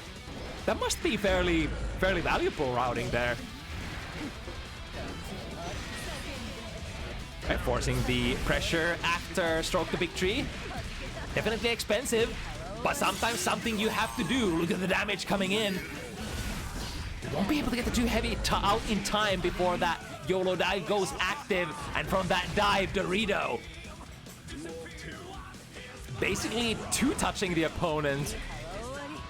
It's if you get those clean hits, if you get the best ones. Here we go, time to mix, into a throw. Slightly rarer option, like usually the option that you would like to play the least, but definitely an option that you sometimes have to show if the opponent shows weakness on their offense, or rather passiveness, I suppose. Reluctance to press a lot of buttons. We'll take the chemical love here after the RC. It's a lot of life that Dorito still has to chew through, but maybe it's getting ever so close. Tried to reset, however, Dragon was ready to press that fastest possible option after getting up the back throw, which is even more stronger for Nagoriyuki compared to many other characters for that increased throw range. Too heavy. Ooh, big counter. I wonder, is that just a clean punish, or was Dragon trying to press a button afterwards? Once again, this full screen situation, sending a node. Ooh, and a node, especially if the opponent jumps into it like that. However, too far. The YRC will not do anything from that distance. Dragon is getting a decent amount of blood drawn back has the capability to use at least one special move here. Which of course usually would be Beyblade. Jumps over, that's a counter hit, immediate burst from Dorito, but also immediate interception there with the use of Clone Fukyo. I think like if you only took a look at the opponent's blood bar like just a couple of seconds before, you would determine that like they probably won't be able to play the Clone Fukyo unless they want to risk the popping. Counter hit Blade in you. That cost a lot of blood. Let's see. Do we get the pop? No, we'll be able to get enough 6 heavies in there to draw just enough blood away. Or blood back to prevent the pop. In fact, all of those 6 heavies recovered almost all of Dragon's blood.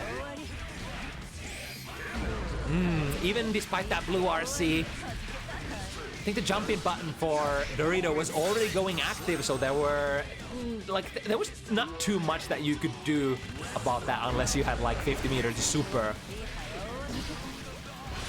The Clone Fukyo once again ends up taking care of the exploding note. However, Dorito is very smartly sort of defending the note by jumping into the air and coming down from an angle that can't be checked by Clone Fukyo. Oh, look at that!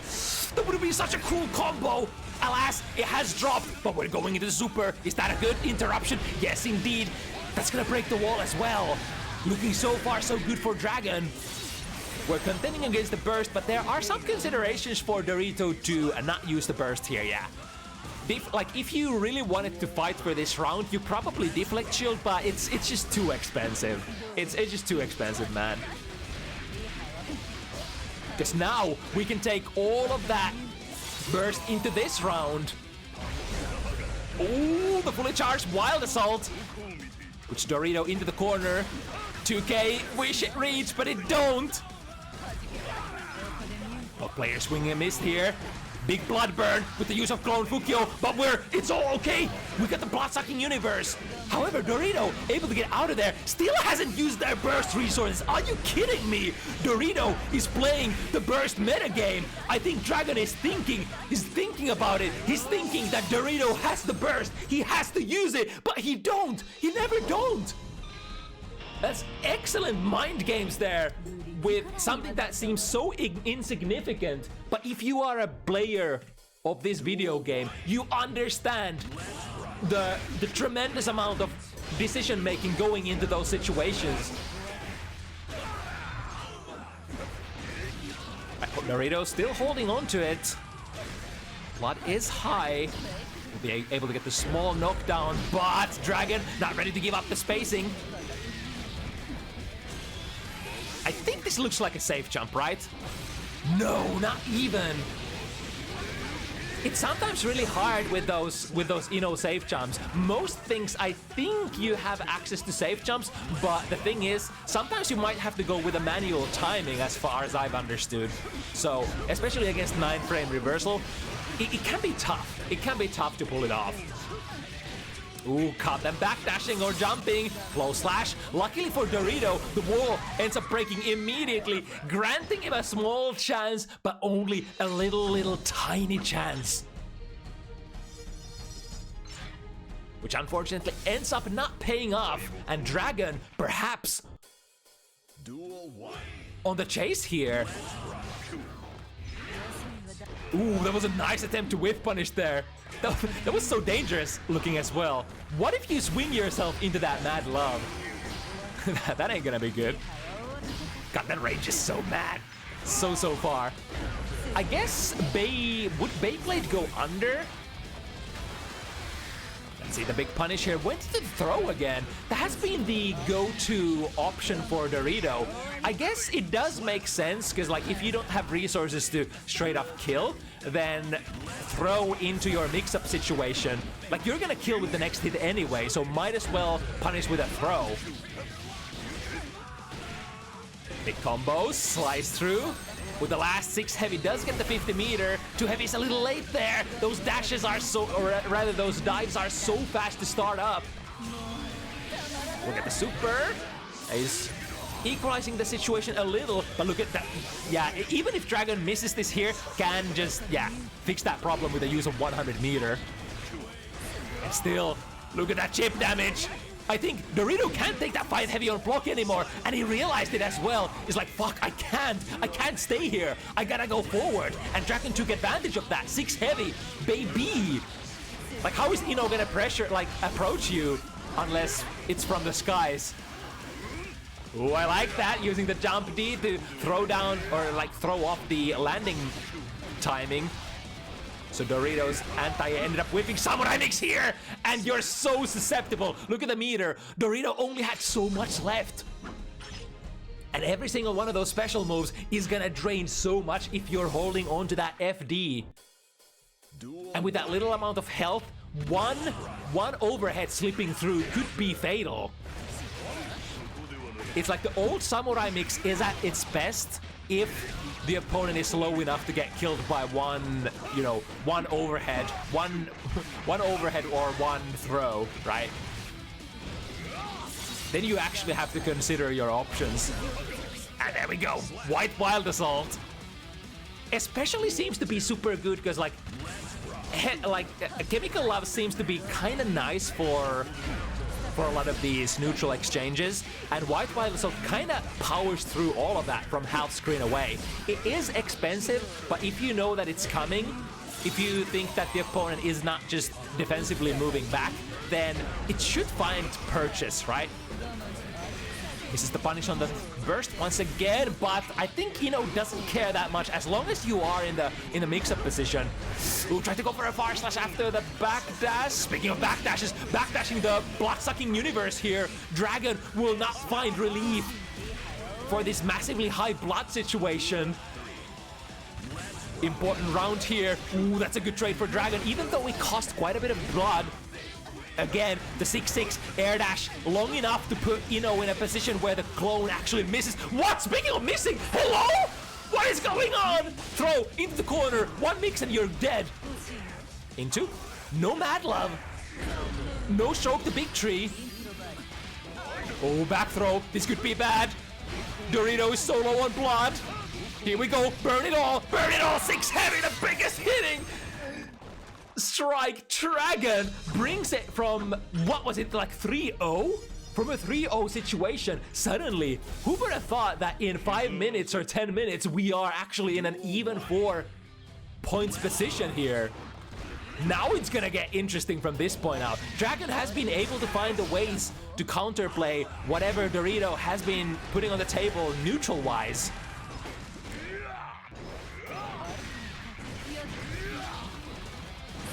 And now, boxing in the corner, knows, yeah, Dorito knows that he just can't. Oh my god, that hit so hard!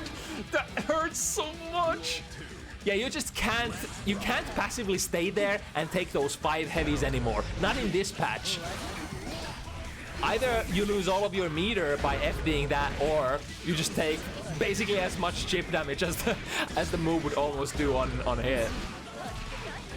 Now, have the super, so time to mix it up. One more. Super is available. Deflect Shield is available. Goes low. Dragon chooses to not spend any resources. There's the YRC, but a counter YRC basically guarantees an airtight low, which ends up being the bane of a lot of players. Like, a lot of players try to input something like around the frame 10-ish, or try to maybe fuzzy backdash, fuzzy jump. All of that is very easily captured from the Guard Crush 2 case. Oh, reversal super. Will end up being big. What? Again this? What? That was, huh? The far slash actually uncomboed, crossed up during its own sequence? What? Is it because there's like a delay between the second and the last hit? I'm so puzzled why that happens. That looks so funky. Anyway, Dorito. Taking that game, putting himself back in the driver's seat, but for how long? Yeah. That's the counter option that we were talking about. So if you're on a backwards moving trajectory and you're not pressing anything to extend yourself into the wide assault, the wide assault just might end up completely whiffing and being a completely pointless investment. RC? Yeah, this should be enough.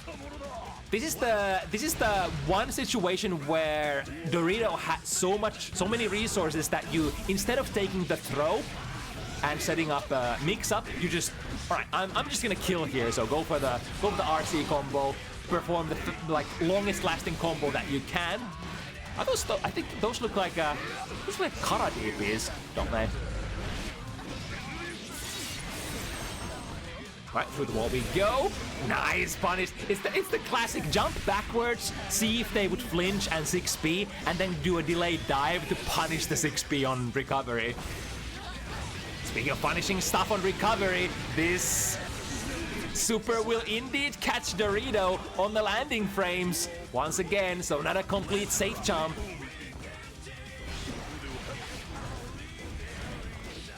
Nice. Dash forward, get in.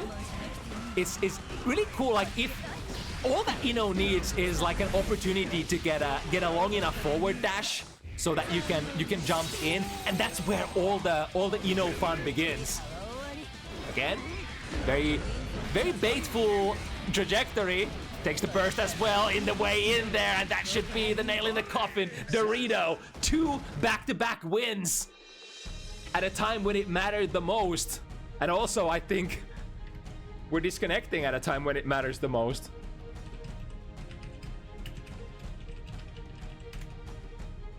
Let's see if the players would notice that this indeed was what happened here.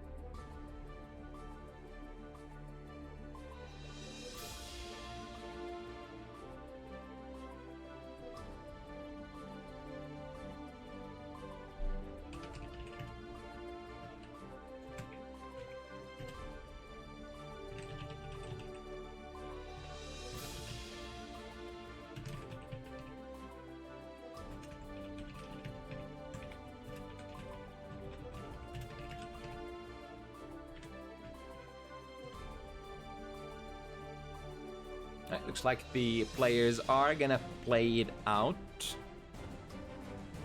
by the looks of it.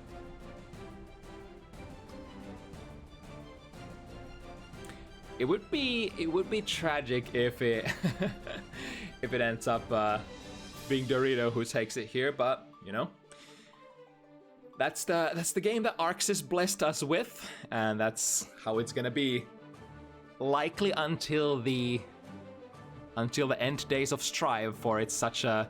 I believe the problem is that it's such a deep-rooted issue that it cannot be fixed unless you fix the complete source code. Like if you just code the game again, maybe it can be fixed. So technically, it's a problem that just cannot be fixed. So we're gonna be stuck with that for you know, rest of Guilty Gear Strive. Anyway. Ends up going in the favor of Dragon here, luckily.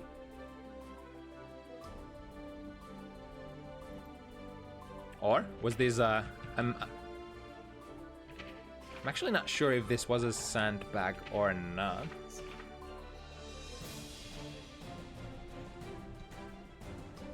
They're saying 6-5. Yeah. Okay, so that was a real match. So Dorito is still on set point, technically, and Dragon is on 5, so only 2 games to chase.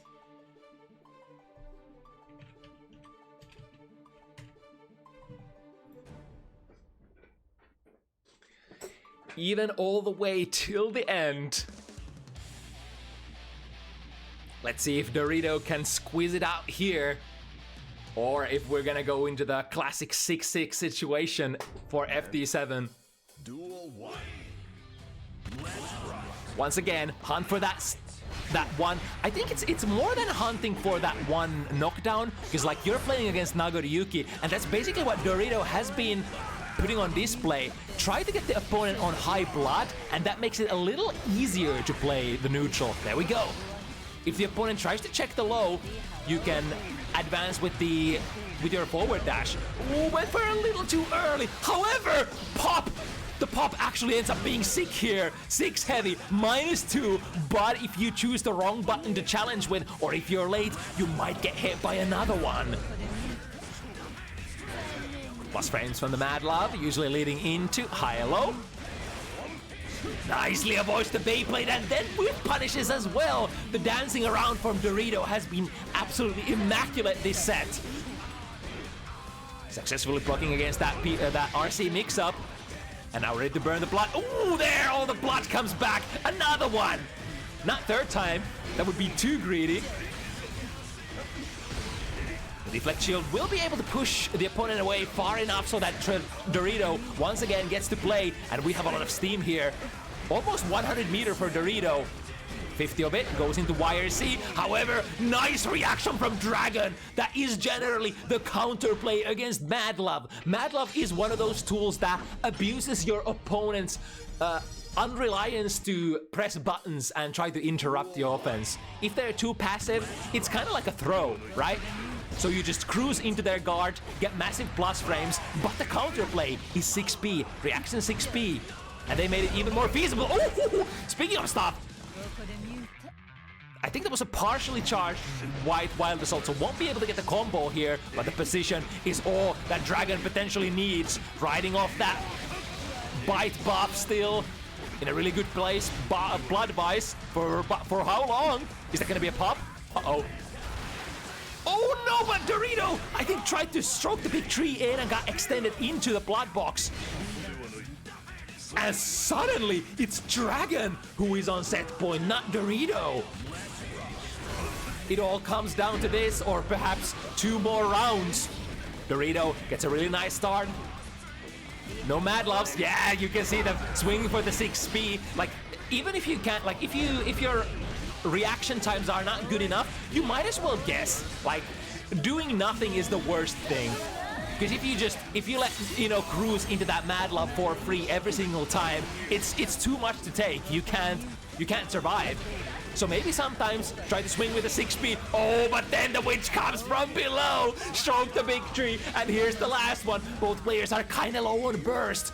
So no bursts, no natural escapes from these combos, no combo breakers. First one goes into Dorito. Wall break is gonna be guaranteed. Soon there will be 50 meter, and Dragon is still very short of that 50. Blood burn is available though. Try to go for a too heavy again. The combo is not good enough. Here comes the mix-up. Overhead into deflect shield. Deflects against all of those. Dorito has the 50 meter here. Reversal super could be coming. There it is. And the punish from the 2K. Sorry, the 5K. The 5K is not the biggest combo starter though. Lots of blood burned. And into backdash, get out of that bite, and that ends up being the decisive play. Avoid the throw. If it's a normal throw, ends up punishing. If it's a command grab, ends up punishing.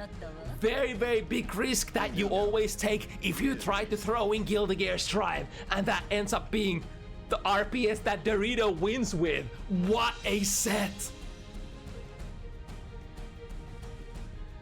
And it's so cool to see Ino's success as well. Because it's been such a long time that Inos have, been able to put any sort of like tournament results, any sort of big event results on the table, other than of course our Lord and Savior Daru Ino. So it's so cool to see, European Ino players getting in there, getting the W's as well. That was such a great set, and a really great debut match for Dorito for Bounty Hunters. Welcome aboard. All right, this next one has been I think this has been a relatively long time coming, both in the sense that I think we tried to set this match up earlier weeks, where Marvel just had an unfortunate clash in schedules, so we had to cancel it. But also in the sense that, you know, Marvel has always been up there in the big leagues, sort of. And Poke has had to slowly climb up there, right? So now in the modern day of European Guilty Gear Strive, we are actually in a point where this matchup does end up making a lot of sense if it happens. Maybe not back in the day, maybe Marvel would have been the absolute, favorite to win. But perhaps those times have gone by. Because Poke has showed really great results as of late, no matter what kind of events we're talking about.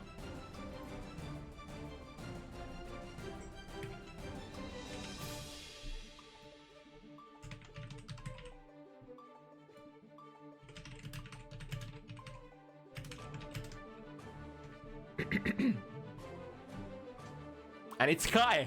Ow. I ended up biting my tongue.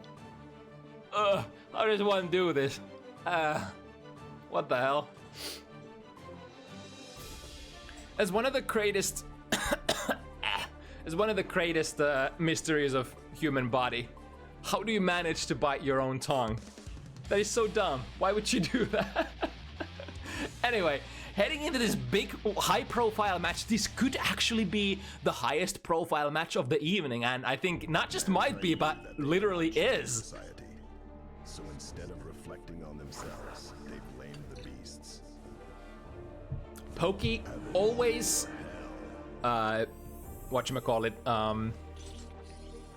loyal to the Anji, has been sticking with Anji for a very, very long time. Marvel, I think mostly sticking to Kai, but Marvel has had a couple of different side hustles with different characters. But I believe the strongest character is at the current Kai. Ooh, was able to delay the 2 PPP stagger pressure enough to get the frame trap in there. 6P to the right direction, dancing 1-2 with the new stuff. Of course, the most flashy Season 4 change, as you might remember, is that if you perform the maximum charge Fujin, you can cancel it into other Fujin options. Meaning you could technically go infinite, like charge Fujin into charge Fujin into charge Fujin until you perform something that is not charged. And then there's an interesting amount. Ooh, nice hit confirm into the new electrified DP. It was probably I think most of Kai combos nowadays in Season 4 should be, like, maximum damage should be if you get the opponent electrified and then combo into your heavy DP so that you can continue your combo, kind of like Sin can, but without stamina cost. Like, for both of the Kisk boys, there is some sort of conditional that you have to fulfill, be it burning your resources or first setting up the electricity. There we go. And the third time was not the charged one, and that was followed up by an airtight low. And the funny thing is, like, or not the funny thing, but like a really great thing about that is that if you manage to loop that Fujin, charged Fujin on block a couple of times, I think it ends up building a lot of tension as well. And Anji is so great with tension options. It's like without 50 meter, you don't really have a lot of options, but with 50 meter, you can actually like do basically the same as Kai does with Stun Dipper RC. Oh, nice prediction there! Was waiting for the spin! The RPS is always there, no matter what frame situation, as long as you don't have a punish. Anji could always dance towards you, and if you swing into that dance, you know, best case scenario, you're gonna get hard knocked down with the fish. Worst case scenario, you're gonna be taking a close last starter. Alright, great 6P into a couple of Fujins, and now with the corner pressure. Yeah, there we go. It's it's very like feasible that against Anji, people are gonna be dashing at you quite a bit as kind of like a hard read against your Suigetsu no Hakobis, right? But you can definitely take advantage of that, because if people start dashing at you, you're Anji, right? Your buttons are not great for playing neutral, and if suddenly people start dashing at you, you can take advantage of that. That means you can actually play footsies. Then you can put hitboxes out there and, you know, make them run into them with your suboptimal buttons. And again, look at that! Had the hunch! And dashing in there to grab the spin once again. Yeah, Marvel has definitely played this matchup before. Ooh, nice catch there. The far slash finds the hit on the backdash of Kai's. And the Nagiha immediately sticks to the wall. But look at this Poki. Poki is so ready to go into the super. And perhaps this could be the first turning point. Nice, the delay there between the 2S into the 5 heavy. That 5 heavy is such a big starter as well in the current patches. I think you didn't used to get too much with that, but even like now, it goes into a lot of stuff as far as I know. It's kind of like how Anji has shaped out to be between like many patches. Usually your convertibility has been going up. Ooh, putting himself in the corner here, Marvel. This should catch backdash indeed. That's what Marvel was going for. The trade is no longer safe here for Poki, so ends up going into the full gambit. Kacho Hugetsu won't be able to get in the striking distance. And instead it's Marvel who strikes with the big 5P. Could have been 6P going into the wrong direction, but hey, you know, that's the name of the game. Sometimes you get the wrong sometimes you get the wrong P move, but it actually ends up being the right one because you got crossed up. After all, 5P is such a better starter, like way better starter than 6Ps. Ooh, this time with a successful dance straight in. Ooh, oh, right. Anji can actually 6P under those fireballs. I wonder how consistent that is. And I wonder if Anji used to have like a very slow to recover 6P. So if Anji's 6P was actually buffed in Season 4 because of the universal recovery changes.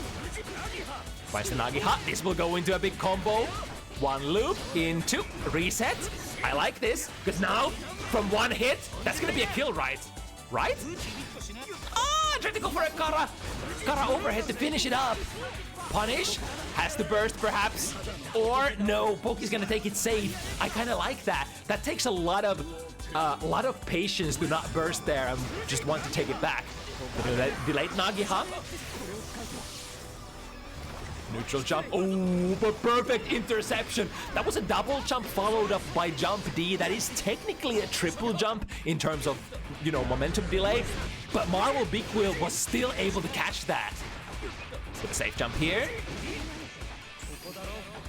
Kai's reversal DP being a little slower than 9 frames, so means you have a little bit of extra leverage to do stuff. Ogi ends up striking hard enough to take that round, but now Poki is at a point where he really needs the next one so that Marvel Big Wheel doesn't run away with too much of a momentum. Here's the downside. So if you dance into fireballs, you actually end up not being in an advantageous situation a lot of times. Ooh, dangerous throw whip here. Covers with the use of PRC. Still pressuring. Ooh, okay. Great trade into stun edge. However, big commitment into the throw. And Poki is out of there. Burst could be imminent. Poki keeps it short, keeps it simple. 100 meter in the bank. RC here, checking that Marvel is not pressing any funny buttons with the 2S low. And once again, finds a Fujin hit. However, gotta hard to hit confirm. Here we go with that burst. Finally, the burst that Poki was looking for. Dances. Oh, nice, perfect timing. That's so hard to find. I think it's because Kai's DP is so delayed. Because it's slow. Yeah. That's actually I think that's a matchup advantage. Like, usually you would think that a fast DP is just strictly better, but in situations like this is a very, very queer situation. You actually want to have as delayed of a DP as possible, methinks. Duel 1. Let's rock. Alright, yeah, that's the caliber of 6Ps colliding. Kai's ends up taking the cake here. Find the low, immediate burst, yeah. We know how much damage can be coming through after that conversion. Shin got the backdash, so able to set up a little bit of a meaty situation here. A meaty butterfly.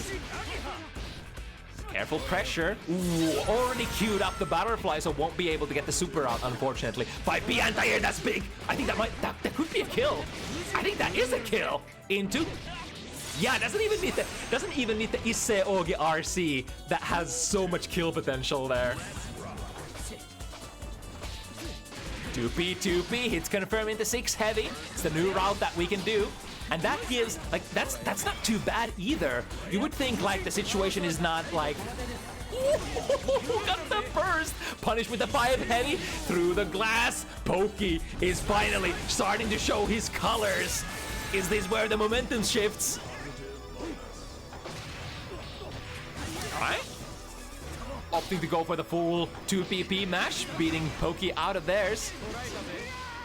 But the life lead is already too much. One tap into a round win. Pokey is on board. This is a really great space, really great spot to start your comeback. Oftentimes we see those like 4-0 starts, even 5-0 starts where it starts being really awkward to run it back. But now Pokey, looking like they figured out something. The delayed PRC forward, we got you pressing 2P, knock them down, and the biggest possible hit, I think the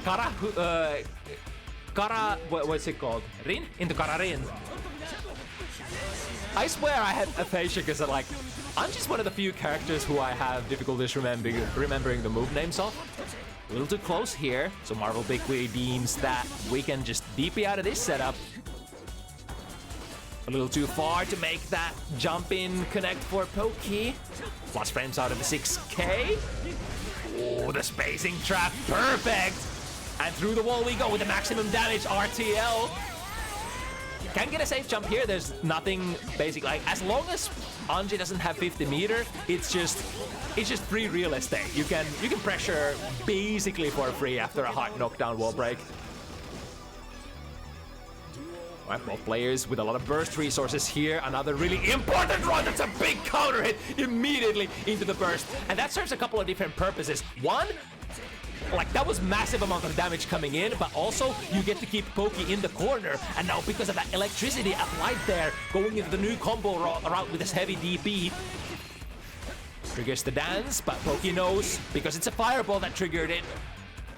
Means that we probably should get out instead of gamble. Ooh, the very late PRC. Oh, there's the counterplay! When you see the Shin coming, or when you think rather that the Shin is coming, align yourself with Anji, jump with them, air-to-air counter hit, and here we go again with the heavy DP on electricity. Apply more, and you can actually combo that straight after. Wow. Marvel Big Wheel with the new combos here on Season 4. Duel 1. For a moment was looking like Pokey was getting a stranglehold of the set, but then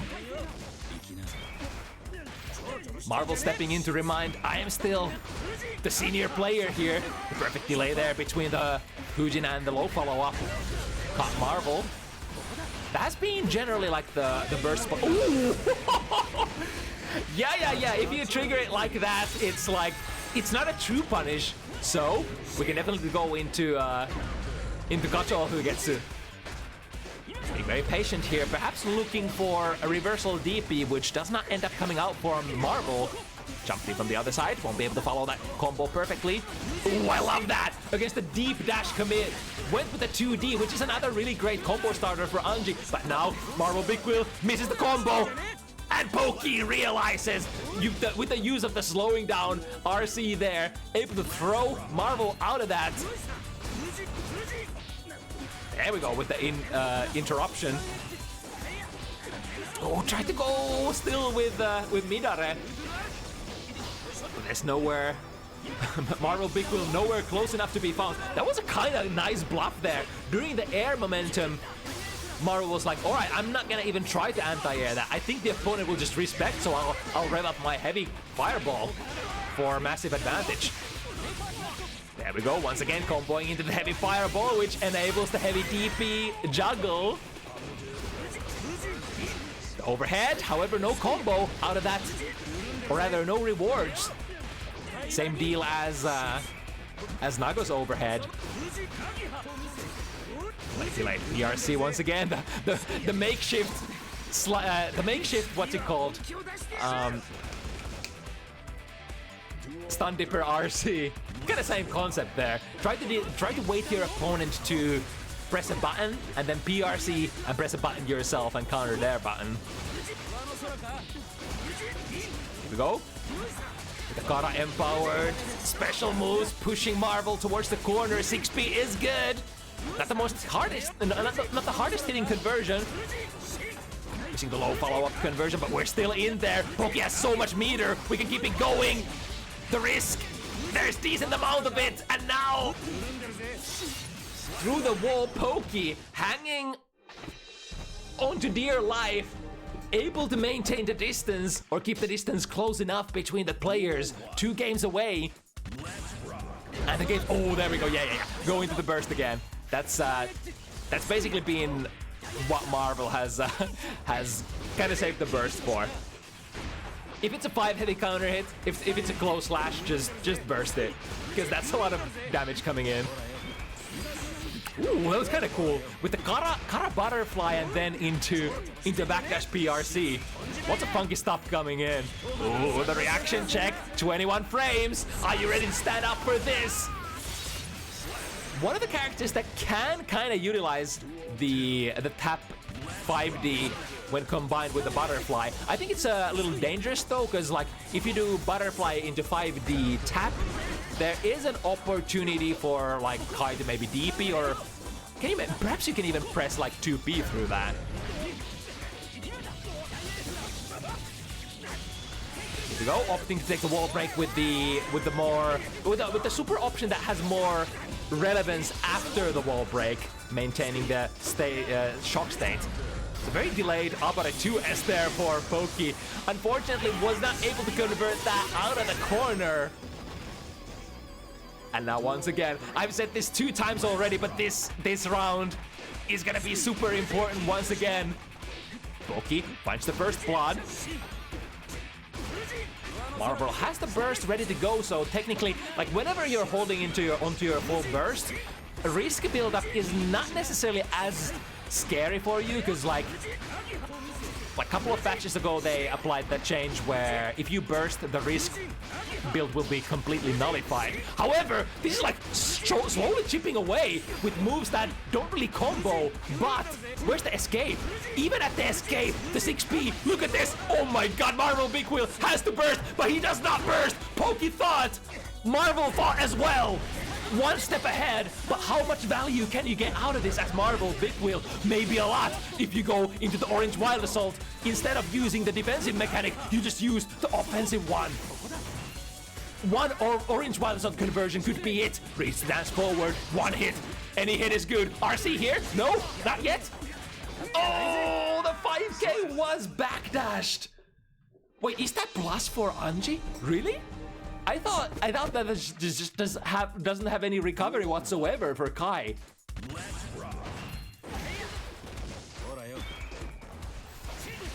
Because I really thought that there was a kill with the RC at some point for Marvel, but maybe not. Here we go, powering through. Here comes Anji. Here comes Poki with the overhead. Tap to the... Oh, nice. Yeah, so even though you can't pick up a combo from Rin anymore, from the overhead Fujin option, you can go into a dash close slash meaty. So it's still quite valuable, even though it doesn't like score massive amount of damage. It's a very non-standard Anji-like option, because like most hits for Anji, they just convert like crazy. And then you have this like... Then you just have Rin that just taps them down. with like small rewards, and then you reset into your close slash pressure. Here we go with the safe jump. Finds a low, but won't be able to hit confirm it. Track the air to air, opponent still in the corner. We have RC, yeah, Marvel knows it's coming. Lots of risk. But Marvel has the burst, there we go. See, all the risk is gone, just like that. Using the burst clears it. But Marvel needs to still figure out how to clear this corner situation. Dash cancel, that was probably meant to be a Kara something. 6P into the wrong direction, and Pokey ready to press the 2P. No 6 heavy follow-up though, into a knockdown. Here comes the knockdown, plus frames. Again, the far slash catches the backdash attempt from the plus frames Rin. Great read from Pokey once again, and that's gonna take Pokey into an even floor situation. Duel 1. Could this be Pokey has finally surpassed so many of the senior players? Pokey, who's been playing consistently, never giving up, never taking breaks, basically, always investing on the Anji stonks. Momentum burst in the corner. Ooh, the RC. I love that so much. Instead of going for like any sort of small rewards, just goes for the big one. Go into the left side. There we go. Damage inbound. 5 heavy counter hit. That's sweet. 1, 2. Oh, misses the finisher, but the opponent is still in the corner, and with a quick conversion. 1, 2 into Iseogi. We have a hard knockdown here, 100%. Yeah. This is kind of like what is always gonna happen here. And into the mix-up, yep. It's like when you see, like when you get your hard knockdown and the opponent has 100 meter, it's like usually it's just the super is gonna be coming out. Even if it misses, it doesn't matter. The opponent is just completely fine PRCing it. Close slash pressure, 2P into frame trap 6 heavy. That was a big one. Pokey knew. Get out of there as soon as possible. But we are now out of the corner, and the massive damage still comes out with the new roots and everything. Alright, let's see. Where will Marvel's burst end up coming out? We're gonna use the YRC first. There's still one more bar of that. We're reversaling instead. But wait, that was an opportunity to just go for a Kacho who gets a Kai. What a great response. I think that was still, you were able to input that during the super flash, right? But with a wild assault conversion, even from other side of the screen, Marvel Big Wheel able to bring it exactly even. Pokey with a very minor advantage here going into this set. Has the full burst available. Around will, oh, nice chase there. The far slash counter hit. Pokey ends up bursting immediately, and here come the conversions. Marvel Big Wheel is still a little far away from the blue burst. And this is Anji we're talking about. If it's one big hit, it could be the end of everything. I think Marvel Big Wheel should get the burst back in time still.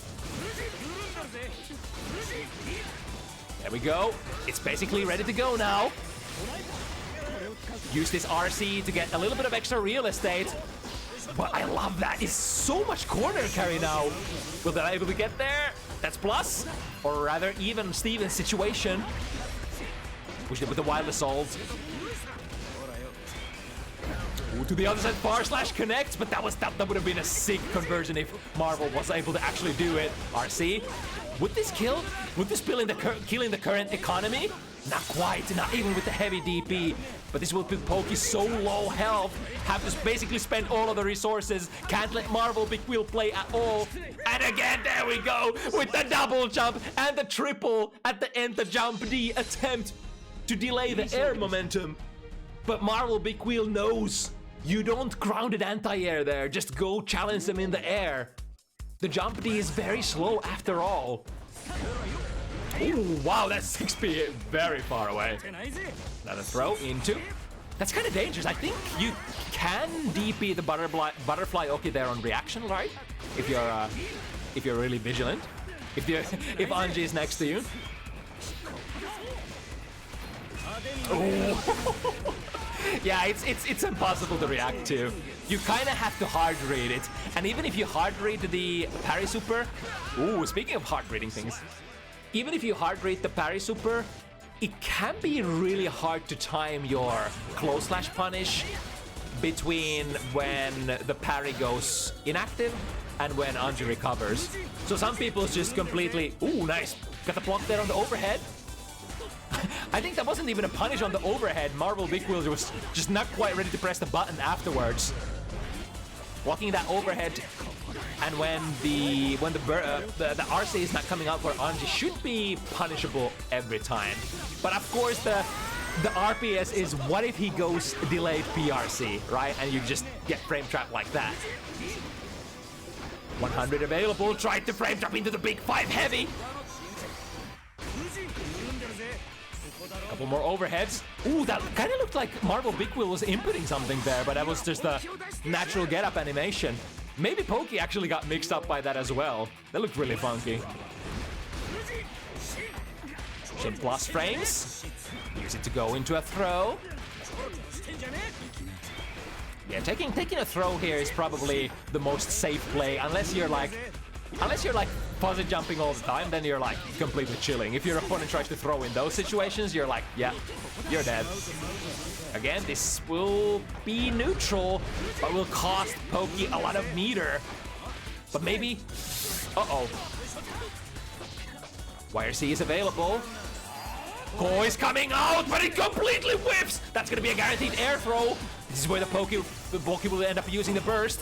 Marvel Big Wheel has a burst available, but it's not a good burst anymore. What about Deflect Shield? What about Orange Wild Assault? I think the Orange Wild Assaults are the answer here. Don't even need to use it. This combo just straight up kills. And Marvel Big Wheel has such a massive lead here. All right, it's not massive, but in the context of this match, it's so massive. They've been going back to back in a situation in a match like this. It's like this is the biggest advantage we've had, basically, for the duration of the whole set. I mean, I guess the score was like 4-0 at one point, but you know, close enough. With a rain, we can go into close slash. Just reading for DP there, which Marvel ended up abusing by pressing buttons.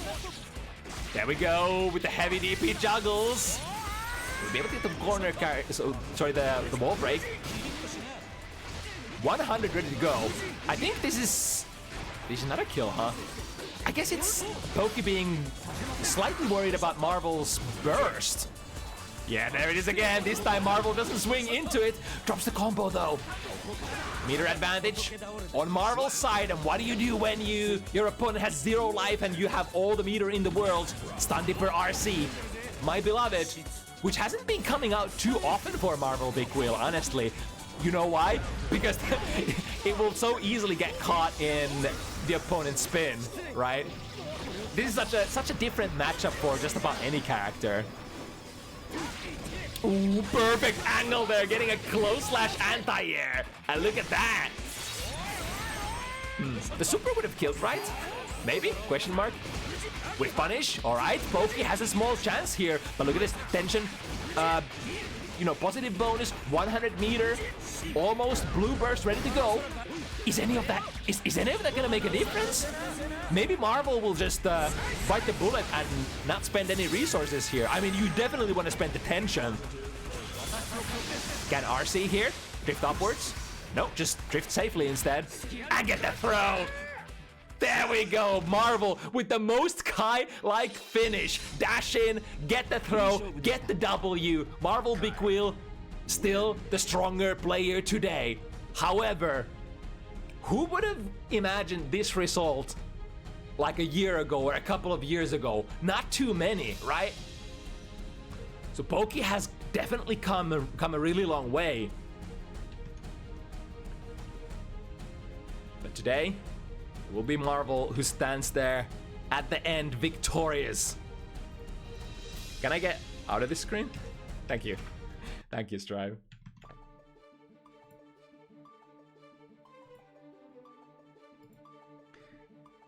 All right, getting spicy here for the Finnish viewers. It's that guy once again, Hoplan. Gonna take on today one of the newcomers, Artemis of Dust. An Elfold player at that. It's a character that we don't really get to see very often.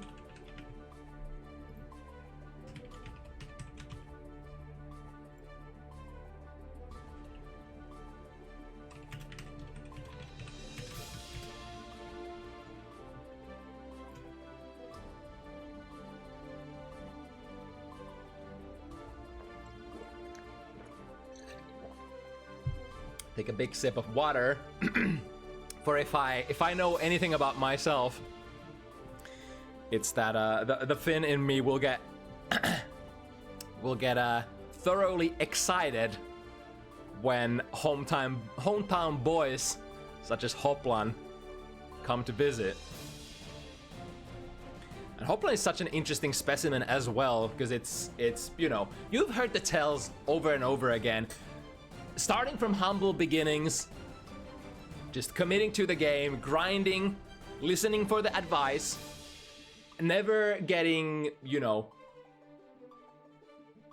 never getting beaten down by your own self or the rest of the world. Just keep going forward, and you're gonna, you know, get better at the game. You're gonna develop, and eventually you will catch up to the top tier players in the community. It's gonna be so interesting because I've never seen Artemis play before. It's a complete Joker card, or a big question mark rather. How would this go? But I mean, Hoplan is a little bit of a question mark as well. Because it was just, like, it feels like yesterday when Hoplan was, you know, representing the, like, the intermediate bracket of things. And now it's like, you would have to be absolutely, like, out of your mind to call Hoplan intermediate bracket anymore, right?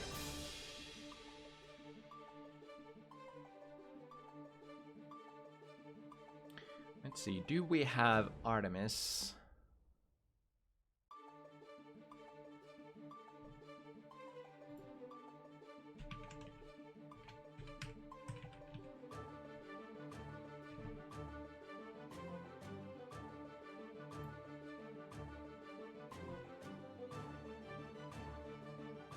I think we had this matchup quite a few times on Bounty Hunters already.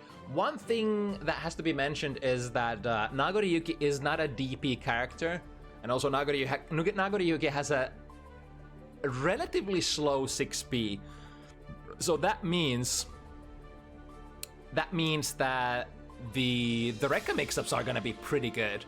The biggest problem for Elfel usually is that it's kind of hard to get to that Rekka, especially when you're playing against DP characters, because like none of your buttons are really airtight into the S Rekka, the Rekka starter, right?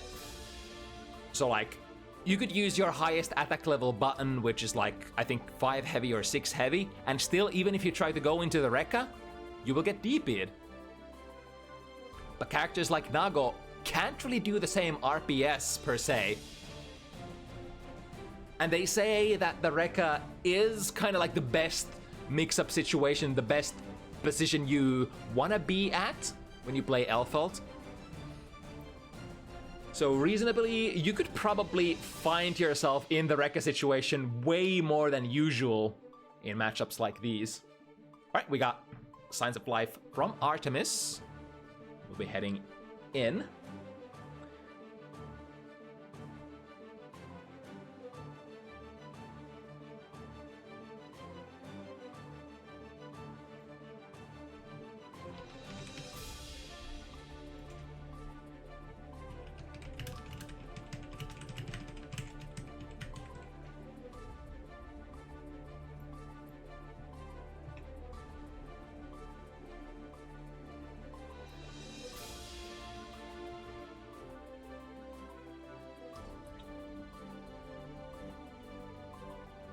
Alright, so it's been actually a while since I've seen Hoplan play. I say it's been a while, but it's kind of been like a couple of events. But the transition from Season 3 to Season 4 it's kind of like it's a really big experiment because it tested a lot of Nago players. Like, they were basically put in a situation where you either change your playstyle or perish. And the Switch there has treated different Nago players very differently. Some Nagos have adjusted really well. Some Nagos even preferred the way that Nago is played now in Season 4. And I'm not necessarily sure what kind of camp Hoplan represents in terms of that. And like, Hoplan is such a fast, like so fast at developing. You miss like a couple of weeks of Hoplan footage, and he just comes at you with just completely different tricks, completely like evolved kit, and you're like, what the hell am I gonna do? But this is Artemis for the first time on Bounty Hunters with a very interesting character as well. We haven't had Alpha too much on the show, so let's see how it goes. How about a 2-piece straight into the grenades to switch sides, and here we go with the Rekka. Hoplan Rekka, that was so far away with a counter hit into a mixing position. Close slash hits very hard. I think Hoplan is gonna go for the pop, right? RC here? Nope. No, we're just gonna get a safe pop. And then into swing. All your life is away with the big cash out. I was a little worried if that burst, that super actually kills, because as you may know, ooh, big hit here. The DP hitting high enough to catch the Roundstar Pineberry. Nice, the preemptive dash forward 6 heavy, or sorry, 2 heavy. Will Artemis be able to recover here in time? Yes, indeed. But Hoplan had 100 meter. Switching sides. The burst. Waiting for the burst. But burst is not coming out. Artemis is running out of time to use it. But this is not Artemis forgetting to use it or anything. This is the burst RPS. You could see, if you look at what Hoplan is doing, he's like visibly waiting for that burst to come out. So in that kind of situation, you can't just on good conscience go for the burst, because you know the opponent is gonna be waiting for it. So oftentimes at that low health situation, the best option is play it cool, wait for the opponent's burst bait, and then go on offense and burn the burst instead on Orange Wild Assault. Or I mean, wait, did Alpha get Orange Dispatch, or is it still blue? I forgot. I think it's orange, right? It was one of the characters who got their Wild Assault color changed. From the OTG into the Rekka mix-up situation again. Ooh, that's such a perfect spacing here. So in the corner, if you dial into 5 heavy, you could even do like 5 heavy, and that kind of sets you up with perfect distance to go for a Bridal Express. With the Kara cancel, I think it's gonna be enough, yeah? Because this is level 3 blood. Big damage coming through. Nice recognition that you actually had the kill there with the Kara super. Here we go. Nah, sorry, Hoplan goes for a very early blood burn. White Wilders will get in there, -2 afterwards though. Oh wait, is it -4? I forgot. Big damage coming through though. The defense level is currently for Hoplan set really low. Or high, depending on your point of view. Goes for the 5D reaction check. Artemis, oh, I see. So because Artemis got the burst back really early, Hoplan was like, all right, so I'll extract all the value that I can get here guaranteed. Go for just like heavy, and that makes the sequence end immediately and gives you a positive bonus and gives you the middle-ish knockdown. It's not a hard knockdown, but it's not a soft knockdown either. Went for a backdash option here, but I think the slower type of your backdash you are working with, the harder it is to backdash between those Rekkas. And I forgot how Nago actually deals with that stuff. It might be a case where you just don't have like a lot of super good options to interrupt the Rekkas with. Whereas you just have to guess fair and square, which is usually not what you want to do. You would like to have some sort of advantageous option to play from your toolkit. But speaking of advantages, we're going through the wall here. Leif, perfect for Hoplan. Oh, wait. I thought that was Hoplan. Hoplan had burned so much blood that it actually ended up pulling him, like pushing him over the edge. Waking up with a little bit of life left and realized, mask on, the opponent is whiffing a heavy button. That was a guaranteed punish situation. Unfortunate for Artemis. It's really frustrating sometimes to deal with the mask on of Nagoriyuki after the blood pop. Like if you can't finish them, it can sometimes be like you set up it wrong and you miss a button on mask on and then it's like GG. Go next. Ooh, it was forward. Sorry, it was a backward Fukyo instead, where Artemis was trying to counter the forward one. All right, with the use of PRC, we'll be able to get a combo here, but slightly expensive for Artemis. That's a big starter, though. Into. Bam, bam. We got the super here. Don't even need the super. Artemis is on board. Is this where it starts? You know, Hoplan definitely has a couple of different modes, but I think the default mode is the aggressive one, as you can see here. Hoplan really likes to start the rounds by pushing his advantage, pushing, like burning blood, checking if the opponent wants to throw his life away, and then going from there. Oh, here we go, new S4 stuff. Let's see. This bomb will stay on Hoplan, gotta be really careful here. It's not gonna be punished. Yeah, we'll go off during the block stun. So Hoplan kind of clears the situation successfully into an OGG6 heavy. God, that's a lot of damage.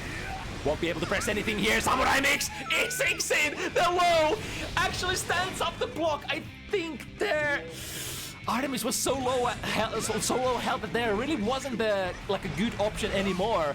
Often enough, like if you can withstand one overhead, then you take the overhead and get the knockdown and make Nago pop. But if you can't survive it.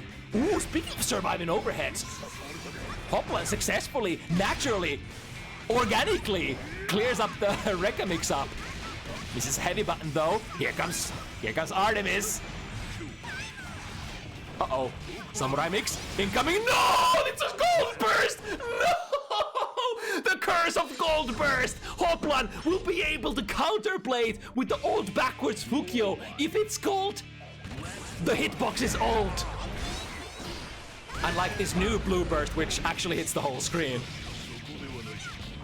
All right, routing into the bounce, into this. Sorry, the blood burst, the blood pop, whatever we call it.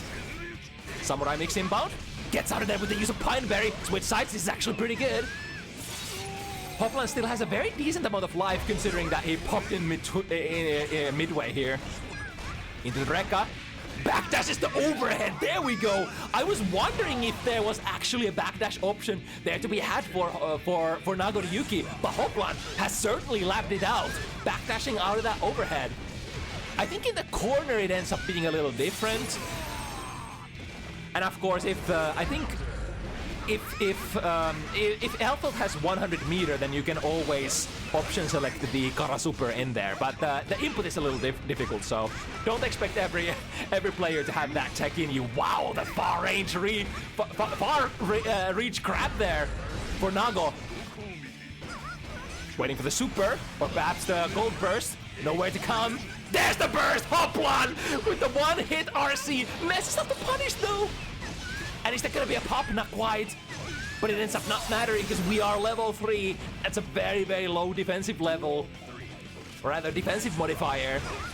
Backwards Fukyo into Beyblade. It's a pretty okay situation if you block that. If you just refrain from striking into that sequence. Because Beyblade on block is like minus 3, minus 4 on block. Anyway, so. Or wait, minus how much? Something like that. We go with the offensive burst, tries to go in with the super jump. However, switching positions, attach the grenades. I think there's no way out of this for Hoplan, right? Oh, that's nasty.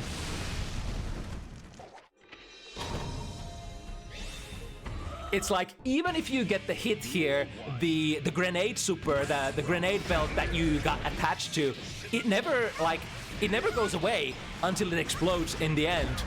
So you would have to land a successful hit, and then you would have to abort your combo at the perfect situation, or like get a hard knockdown at a perfect frame timing, then block the explosion, and then maybe continue your pressure. That's just way too much.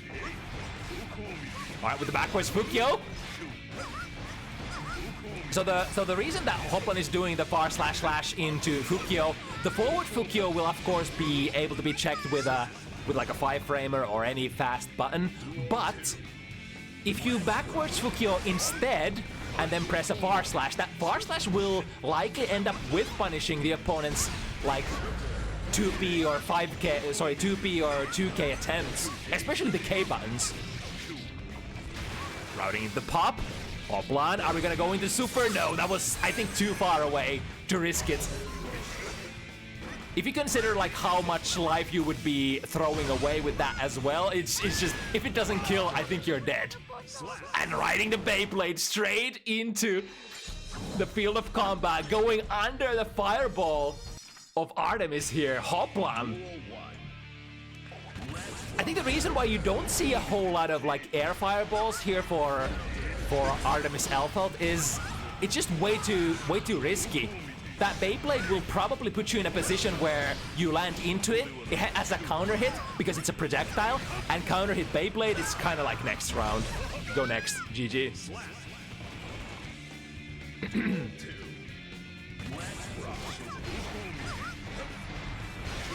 Here we go, this time it's clone.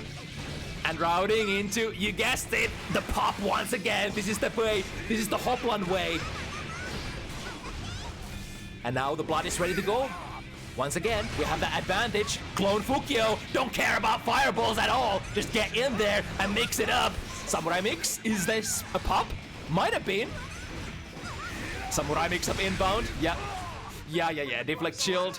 Kinda ends up doing nothing there, because like, every other hit is gonna be Beyblade usually, right? Unless Hoplan commits into like DP1, DP2.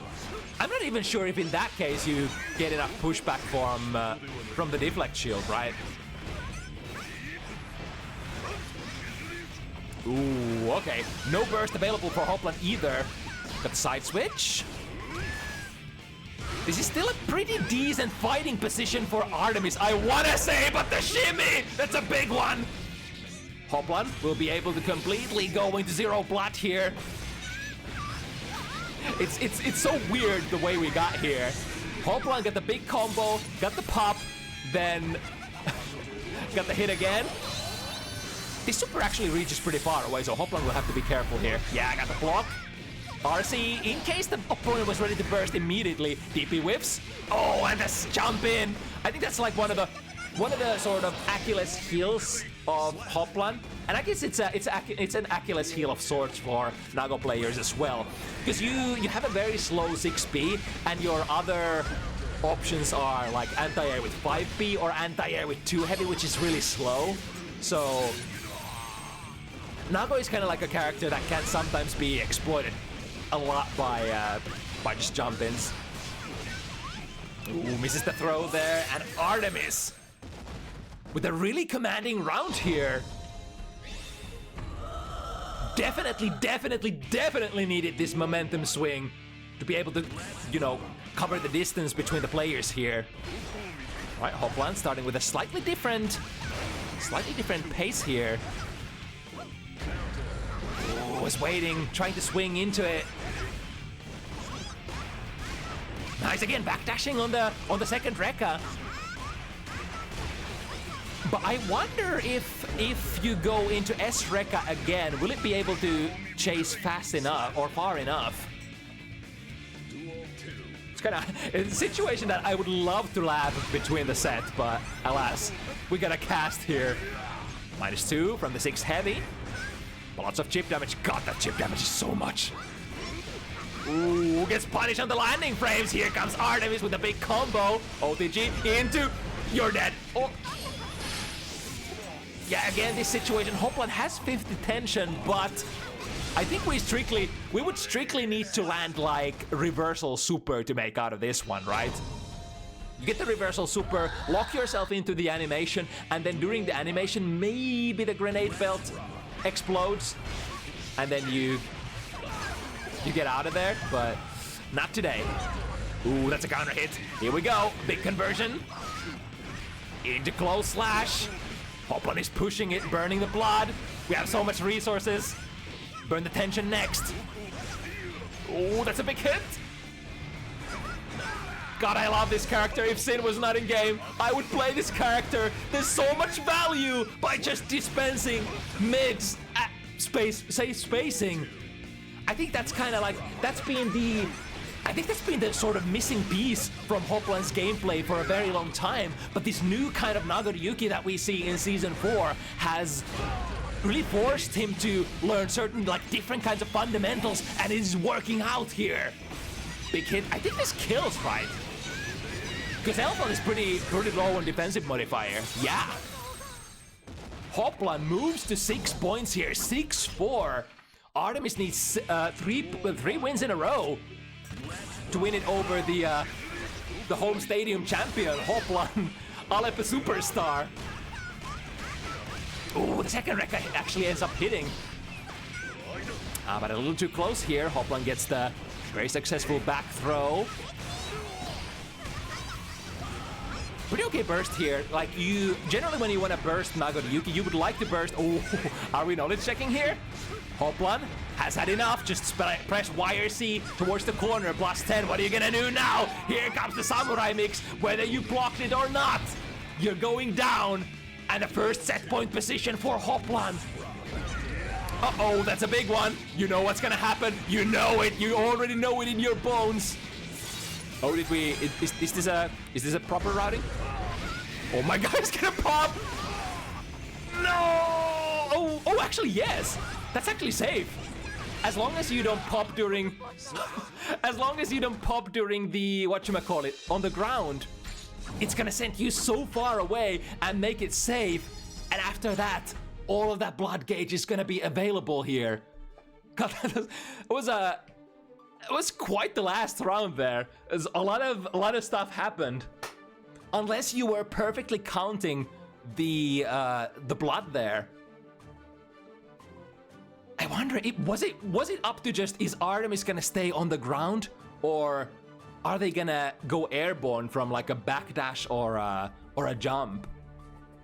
Because if you go airborne, it's over. You don't get the punish. Damn. And Hoplan once again with the win. We need more prospective warriors to kill that guy. As much as I love seeing Hoplan win, I also want him to lose. Somebody take down Hoplan again. He's too powerful. He's getting too strong.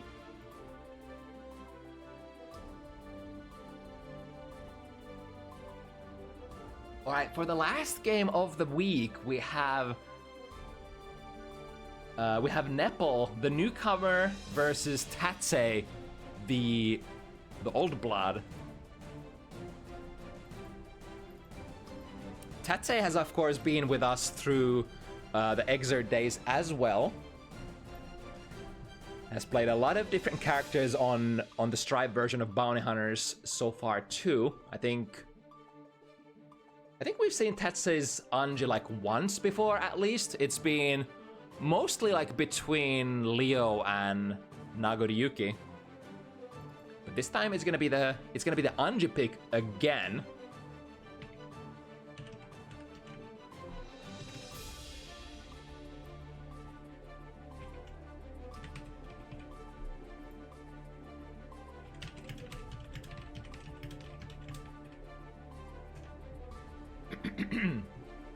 And it's been a while since we've seen some good Bedman as well. I wonder how this will pan out. So I guess it's pretty good. Like it's gotta be a like bonus factor for Bedman if the opponent is not like it So let me put it like this. Anji is neither like the best rushdown out there, nor is he like the strongest neutral machine either. So you kind of have a character that is somewhere in between, working with a slightly different set of fundamentals.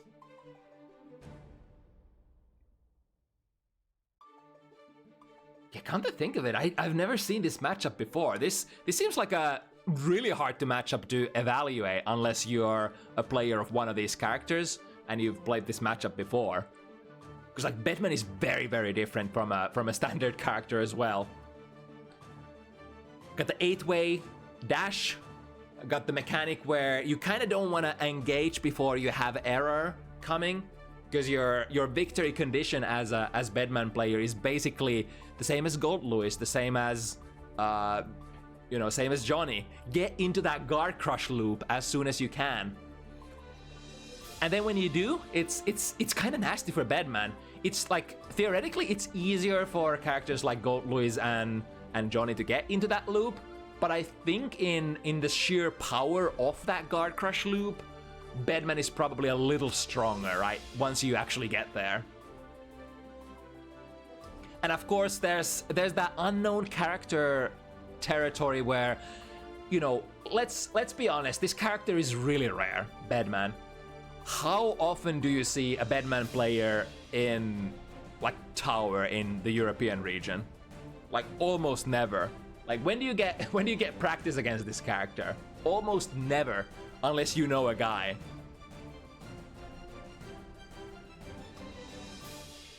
So I think a lot of players will have some have an extra disadvantages factor there from the matchup.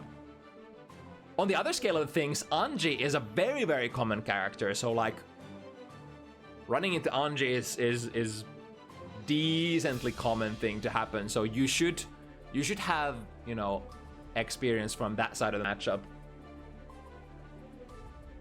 I'm gonna be honest, I haven't played a single Batman this season myself. So but that also makes it kind of like mystical, kind of magical in a sense, because like you don't play against that character too often. It feels really fresh to see, you know, users of that character show up. And it makes you really excited to see new things you probably haven't seen before, just for the merit that you don't really see a lot of Batmans in tournaments, or you just don't play against Batman yourself too much. But the competitors have arrived. Oops, wrong screen. There's one. Nepal, for the first time on Bounty Hunters, showing off the Batman. And then the regular Tatze standing on the right corner. Let's see how it's gonna go. If we consider how easy these characters are to play, Anji's of course much more straightforward. Anji has like a small, I think, execution requirement. There are some like kara routes, there are some, you know, sometimes have to input stuff really closely to one another. You have to have a really quick game sense because you're going into, you know, you're going from a special move into special move into special move, especially in this patch very often. Whereas Batman is a very big anomaly. So like, unless you've played Batman in old Guilty Gear games, or unless you've played Marvel or something, like Magneto or whatever, it's like, you're gonna have to learn a completely different kind of set of fundamentals. Ooh, Tatze whipping with the core once again. And from the YRC, is there gonna be enough OTG? Not quite. Still a chance here. If you land a good hit here, we have 50 meter as well. Won't choose to commit to the combo. We got an opportunity there from the Nagiha, which does pop the opponent high up into the sky. The later patches of Guilty Gear Strive had an opportunity to convert out of that, but you know, sometimes it's a little hard to react to. And now with the loop, ooh, we'll find a way to dance between the hits. we do have the same conundrum as we had earlier with Poke versus Marvel Big Wheel, is that if you dance into the projectiles, like if you dance into like a spike for instance, that's not gonna do much for Anji, right? You would much rather, oh, the big bait there from Nepal on the burst. It's gonna be the nail, or should we say spike, in the coffin for this game number 1. Yeah, even though this is technically a slightly like lower skill level game, it's still Guilty Gear Strive, and I think in modern day fighting games, modern day ages, in the year of our Lord 2020, what is this, 2024? People have gotten so good with fighting games, right? Like even intermediate players have a really clean game sense for baiting the bursts, such as Nepal is doing right here. That's 2 in a row. Makes the reversal parry as well, and in a really good position here. Jump slash into jump D. Duel 2. The new improved jump D is so good as well. I'm not actually sure what the RPS is even there. Like if you could, like I guess you can DP in between if you're a DP character, but generally you probably can't even 6P between like a jump in hit and jump D from Batman. Ooh, got the button in there before the White Wild Assault went active. I think Anji is one of those rare 9-frame far slashes. So technically, does that mean that the White Wild Assault doesn't have time to go active before your button if you use it round start? I got the backdash off, but Nepal was completely ready to cover that option. In the perfect spacing once again, waiting for Tatze, land in front, and then punish on the landing frames. Go hits through. No big conversion though, and going straight into the reversal super, which will get the round and the game once again for Nepal.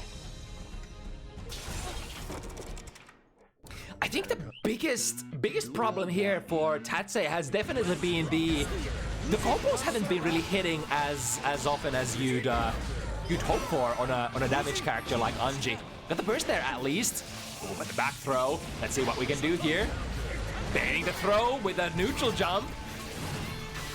Both players out of their burst. There we go. I mean, we definitely can get the Nagehai pickup even without the RC, but if you think the Nagehai will land on block, then the RC will of course be the usual play so that you can continue your pressure. There we go. Finally, signs of life from Tatze. Ooh, the fully charged core catching Nepal from that backwards jump. Alright, we got the error rolling. That was perfect. Look at the angle. The explosion error completely nullified by that backwards jump into jump heavy by Tatze. However, not over just yet. Reaction check with the 5D. Tatze does jump up, stand up. Plus frames from the malfunction. Oh, not this time. I think that was a Gatling into 6 heavy looked like, which Tatze was ready to mash against. Ooh, and finds the parry super.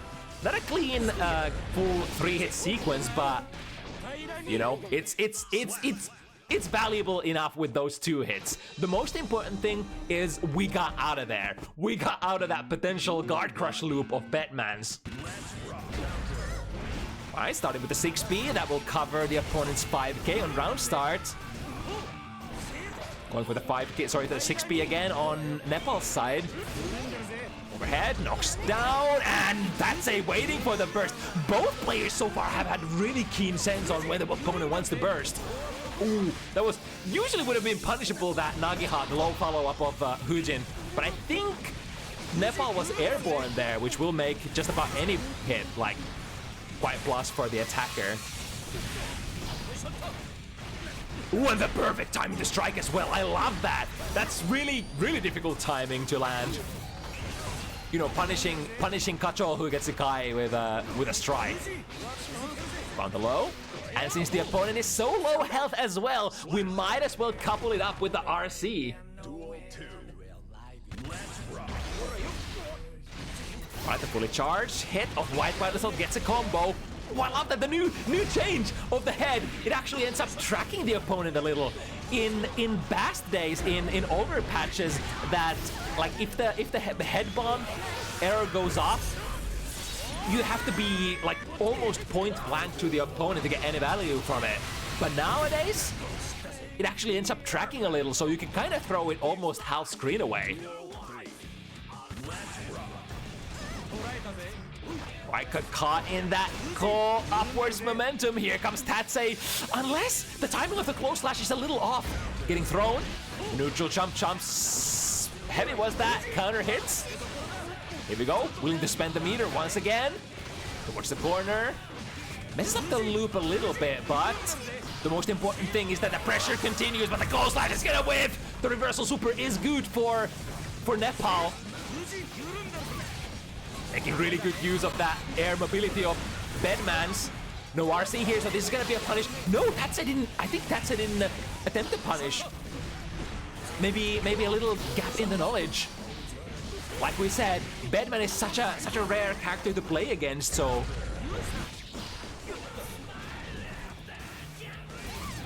Both players looking for the hit. We have an electricity. What do they call it? Deja vu? Not deja vu. Error. Stored there. But Tatze, from a 2-0 position, evening up 2-2. This is how all the most even matchups tend to start.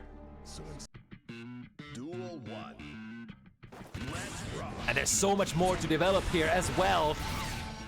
With the delayed so that's a very interesting RPS as well. If you land too heavy on block, I think Bedman's options have gotten so much better since release patch. And that you don't really get punished anymore if you end too heavy in a spike, right? I forgot. Right, dancing back and forth, close slash. We'll start the pressure this time. It's a lot of plus. Landing the Rin overhead on an airborne opponent. Well, that was a very gutsy option there. Nepal tried to dash forward into a button, and again, missing the combo. Ooh, and getting punished for their troubles as well. But Tatze transitions really fast into Kuro, who gets YoKai, and I think, yeah, that's also gonna break the wall. So maximum damage from that reversal super. Getting juggled with the wide assault. Whenever you can get that full combo, definitely worth the investment from round start.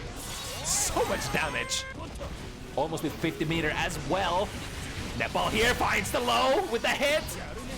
Oh, I wonder if that was meant to be an RC. Sorry, RC to bait the burst. Goes for it again because that was so funny. I think Nepal initially tried to bait the burst of Tatze's before it was there, and then they were like, well, shit. I'm gonna bait it again at the right point this time because he was able to build enough tension. It's gonna be a close slash. Keeping it simple this time. Or perhaps that was actually going for a reset there with that little hop that Tatze did. Plays with the 50, drifting forward, the close slash connects finally, but the core sends the opponent in the wrong direction. Will be able to sweep the floor fast enough so that the white vessel will not get its input frames out. And the close slash anti-air here for Nepal, and hit is good. Can he dodge the head? No, you can't. Look at that tracking. Even despite that backdash from Tatze, it tracks so well now. You can't escape the bomb head. This is exactly what we needed for Bedman. We might need more in the long run, but this is a good start. Deflect shield. We just Tatze away from the dangerous distance. Expensive, but effective. If the opponent's option is strike, it will usually do its job.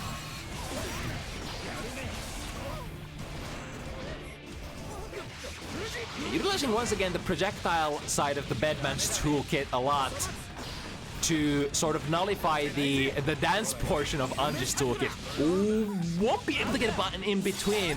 I guess the only thing that you could have done there is reversal super or back throw if you were close enough, but I don't think you were. Ooh, still got the error stored. Nice recognition, sees the Beyblade active, but knows that from that distance it's not gonna be able to get its active out fast enough. And it's hard to fight against the install super, especially if your opponent pre-stores in. Ooh, wow, hold that thought. We got a big core counter hit. Probably a good idea to burst there as well. That could have dealt a lot of damage. Usually, like a core counter hit goes into a wall break. Nice, the core being able to dodge the bomb head this time. Tatze has had some really interesting trajectories for countering some of Bedman's tools. RC, but no. You can't convert that anymore. Now that I think about it, I think Tatze is working with a very ancient patch feeling Anji, right? That would explain a lot of the RCs on Rin and Nagiha, right? Because you used to have to RC those a lot. Clean air throw into a butterfly setup, stands up for the overhead, and that's gonna be a punish, I think, because the Nagiha, it was the Nagiha. Sorry, the Rin. It was the Rin that hit last, not the butterfly. Duel 1. Let's rock. Very delayed Nagiha there, but the opponent is a little too far away. Being cautious with the burst. Tatze clearly trying to adapt the position that could bait the burst. Well, don't have to bait it anymore because that's a deflect shield used by the opponent. Wow, that distance with the 2S. Definitely one of the sweeter buttons of Anji when you get to utilize it. Once again. Knockdown, any hit is gonna be good. Nice jump, nice prediction on the Shin. It's exactly what you like. The most important counter play against Shin is that you don't want to block it if possible. Like most optimal scenario, jump with Anji, counter hit from the air to air. But if that's not the option, like if you can't do that, at least jump out of it or backdash out of it if you can. Like that. Even though Nepal didn't quite get the punish there, it's ultimately way better than just taking the plus frames or minus frames rather. Ooh, with the combo, misses the glow slash there, or maybe they were going for a throw instead. Now it's Nepal's turn to try to turn this around. Lots of meter available, and now we'll be able to build an error as well. The pressure live. The point of going from special into RC often enough for Bedman is so that you always have to use a special move to generate the error. And then the problem is that all of your special moves are kind of bad on block or just straight up punishable. So the only way to literally force you to have your good error during your pressure is to do Beyblade RC or something like that. I mean, malfunction is plus and generates an error as well. Oh! No, the backwards hitting hitbox! I was about to say. I wonder if Nepal has blacked that out. The backwards hitting hitbox of Kachou who gets Hikari, the one that everybody falls victim to. It's really hard timing to punish. Going at the lows, malfunction at the end. Ooh, the projectile's actually colliding here. Activating. I think this is... Yeah. This maybe would have been an okay activation if you still had a little bit of health to spend. But, in that life situation, Tatze doesn't even care about if you have any sort of error on the back end burning there. All right, into close slash. We have 50 meter. Goes for the jump D. Might have been a miss input on air throw, but I mean jump D is always ultimately better, right? More damage. Perhaps not a better Oki if you don't have a combo following it up. Nice close slash anti-air. We're going to a decent combo. Working with the small things. I think both of the players are not attempting actively not attempting combos that are too difficult in order to, derive as much value from their hits as they can. Because a dropped combo is always a no damage combo, right? Whereas for a small easy combo, you can still get the combo damage and still get the Oki as well. 2. Let's rock. Right, this could be a turning point here. Back jump into jump slash with that new vacuuming ability. We'll be able to convert into much better combos than before. Tatze. They mashed out of the pressure, but mashes out with a throw themselves. Both players not respecting any of the opponent's option. Nice 5B anti-air. Didn't quite get the big conversion out of it, but again, you do what you must do. You work with the combos that you have in your muscle memory. Nice bait there on the parry super, and delayed the strike like long enough as well. Wow, and with that error stored, we'll be able to get a really nice sequence there to close it out. Nepal once again 2-game lead here, as we're heading into potentially the last games of the evening, depending on if Tatze is able to get a couple of games here pretty soon. Bar slash, we still take it. The biggest what you're hoping for usually from the spin is that you would be close enough for a close one. But I think you still rather take a far slash than the fish, Midare. There we go, we'll be able to get all the hits this time. But the Oki afterwards is like not really there, because you can't really dash up to the opponent with the amount of distance between you and them. Right, no RC, so that will be punished. And Tatze recognizes, gets a successful one this time. However, tried to reset with a short hop there and got mashed with a throw. I think that's the most go-to option. If you see Anji go for the hop option out of Fujin, then it's very feasible to react with a throw and punish. There we go, big combo. Won't take a super hard knockdown. Saving it for the next screen. There are so many options that Nepal could play here. If they manage to store an error, there we go, it's stored. So won't be able to interrupt it and goes immediately into calling the error out as well.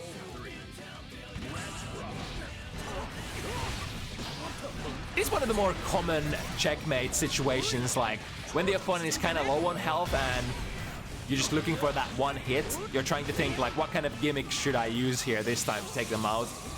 Is like set up an error and then but the active frames, I think Nepal has been so good at avoiding the Kacho who gets a guy active frames that it's just karmic justice that they fail at least once. Cool ass combo. How many jump knees was that? 1, 2, 3, 4? Soul? Soul, is that you? Soul from XX? Alright, Tatze is in fact working towards those wins that we were looking for. Dancing through projectiles, yeah, you're gonna be at a considerable frame disadvantage if you dash through a projectile. Usually like the opponent gets to act way before you do. Ooh, big one! Yeah, in an optimal world, you probably want to burst that, because like it's close slash, 5 heavy counter hits, and then 2D counter hits. Some of the biggest hits that Anji can actually score, I think. Yeah, Tatze has a lot of meter to play with here. YRC made a small mistake here, covering it with a PRC. Able to jump out of that close slash. I think that close slash was way too early there. Get the 5D. Oh, I love it. There's a little bit of a conversion there because of the explosion error from the 5D. Ends up scoring a decent amount of damage. Oh my god, the forward moving momentum of the Fujin completely nullifies the deflect shield this time.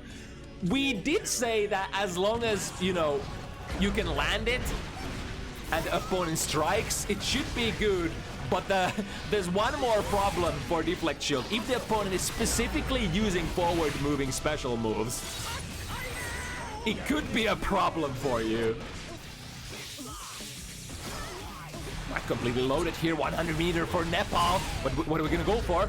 Tatze is the one using the deflect shield this time. And follows the hit.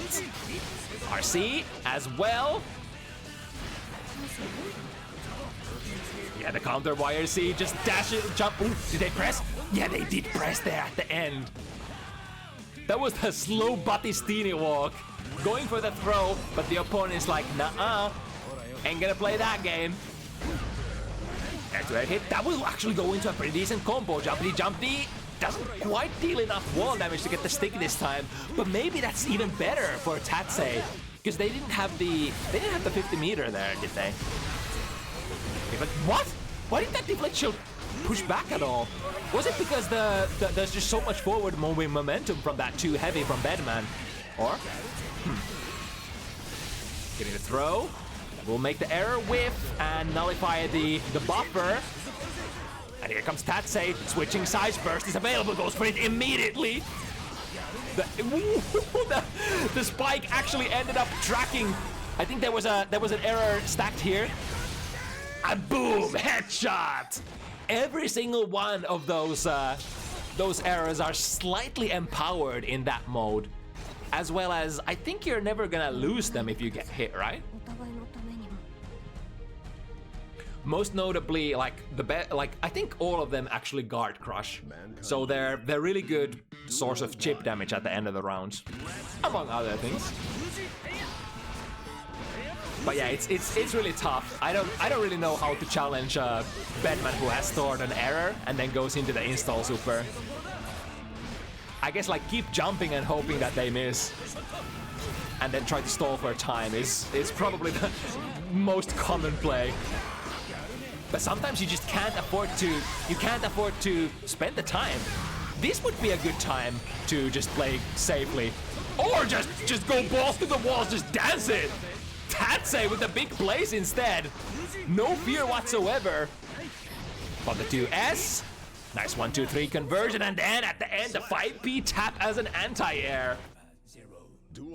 Not scared at all of Nepal's 6 points. Tatze is definitely a quality of the category of player who doesn't really care about what the situation is in terms of like there's never a reason to give up.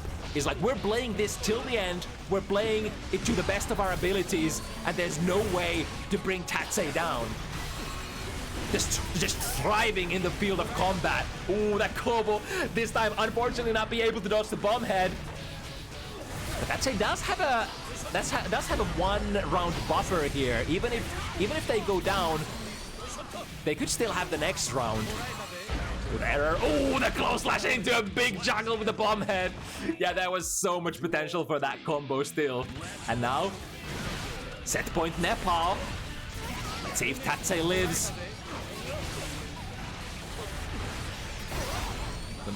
Okay, wow, that bomb head, it tracks so much. Overhead 6 heavy, that's an immediate wall break. Tatze on their last legs activates. Was there a I think there wasn't the error stacked.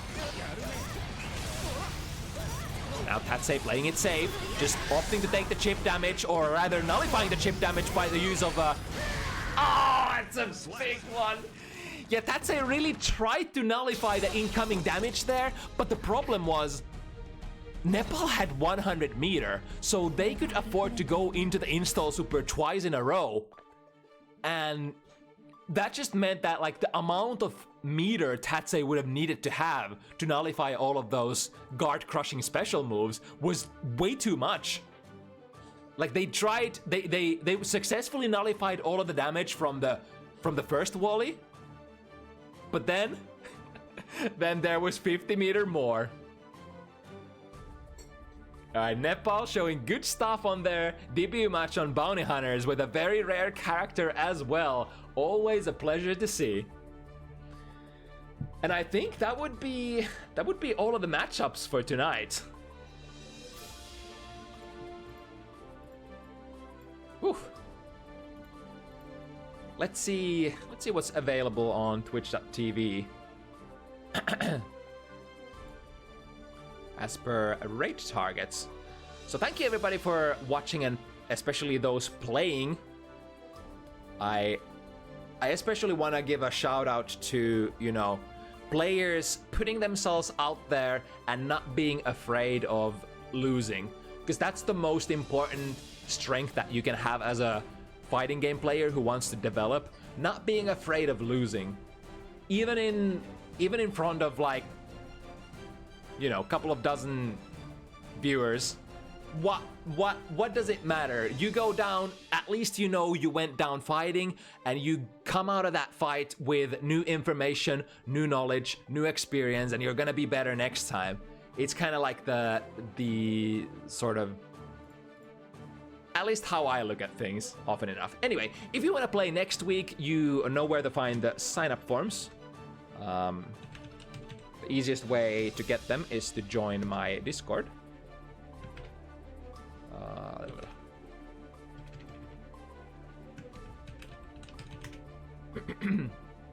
Where the sign-up forms will be posted a couple of minutes after the stream goes offline. That said, you know, my friend Machamai is streaming. If I can't,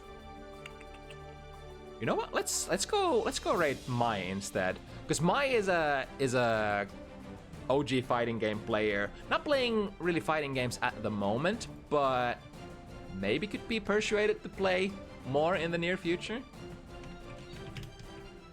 Mai is a really cool person. Anyway, thanks so much for watching. We'll see you again next week, same time, 5 p.m. CET, with the same FT7 matches. Till then, stay safe and yeah, bye-bye.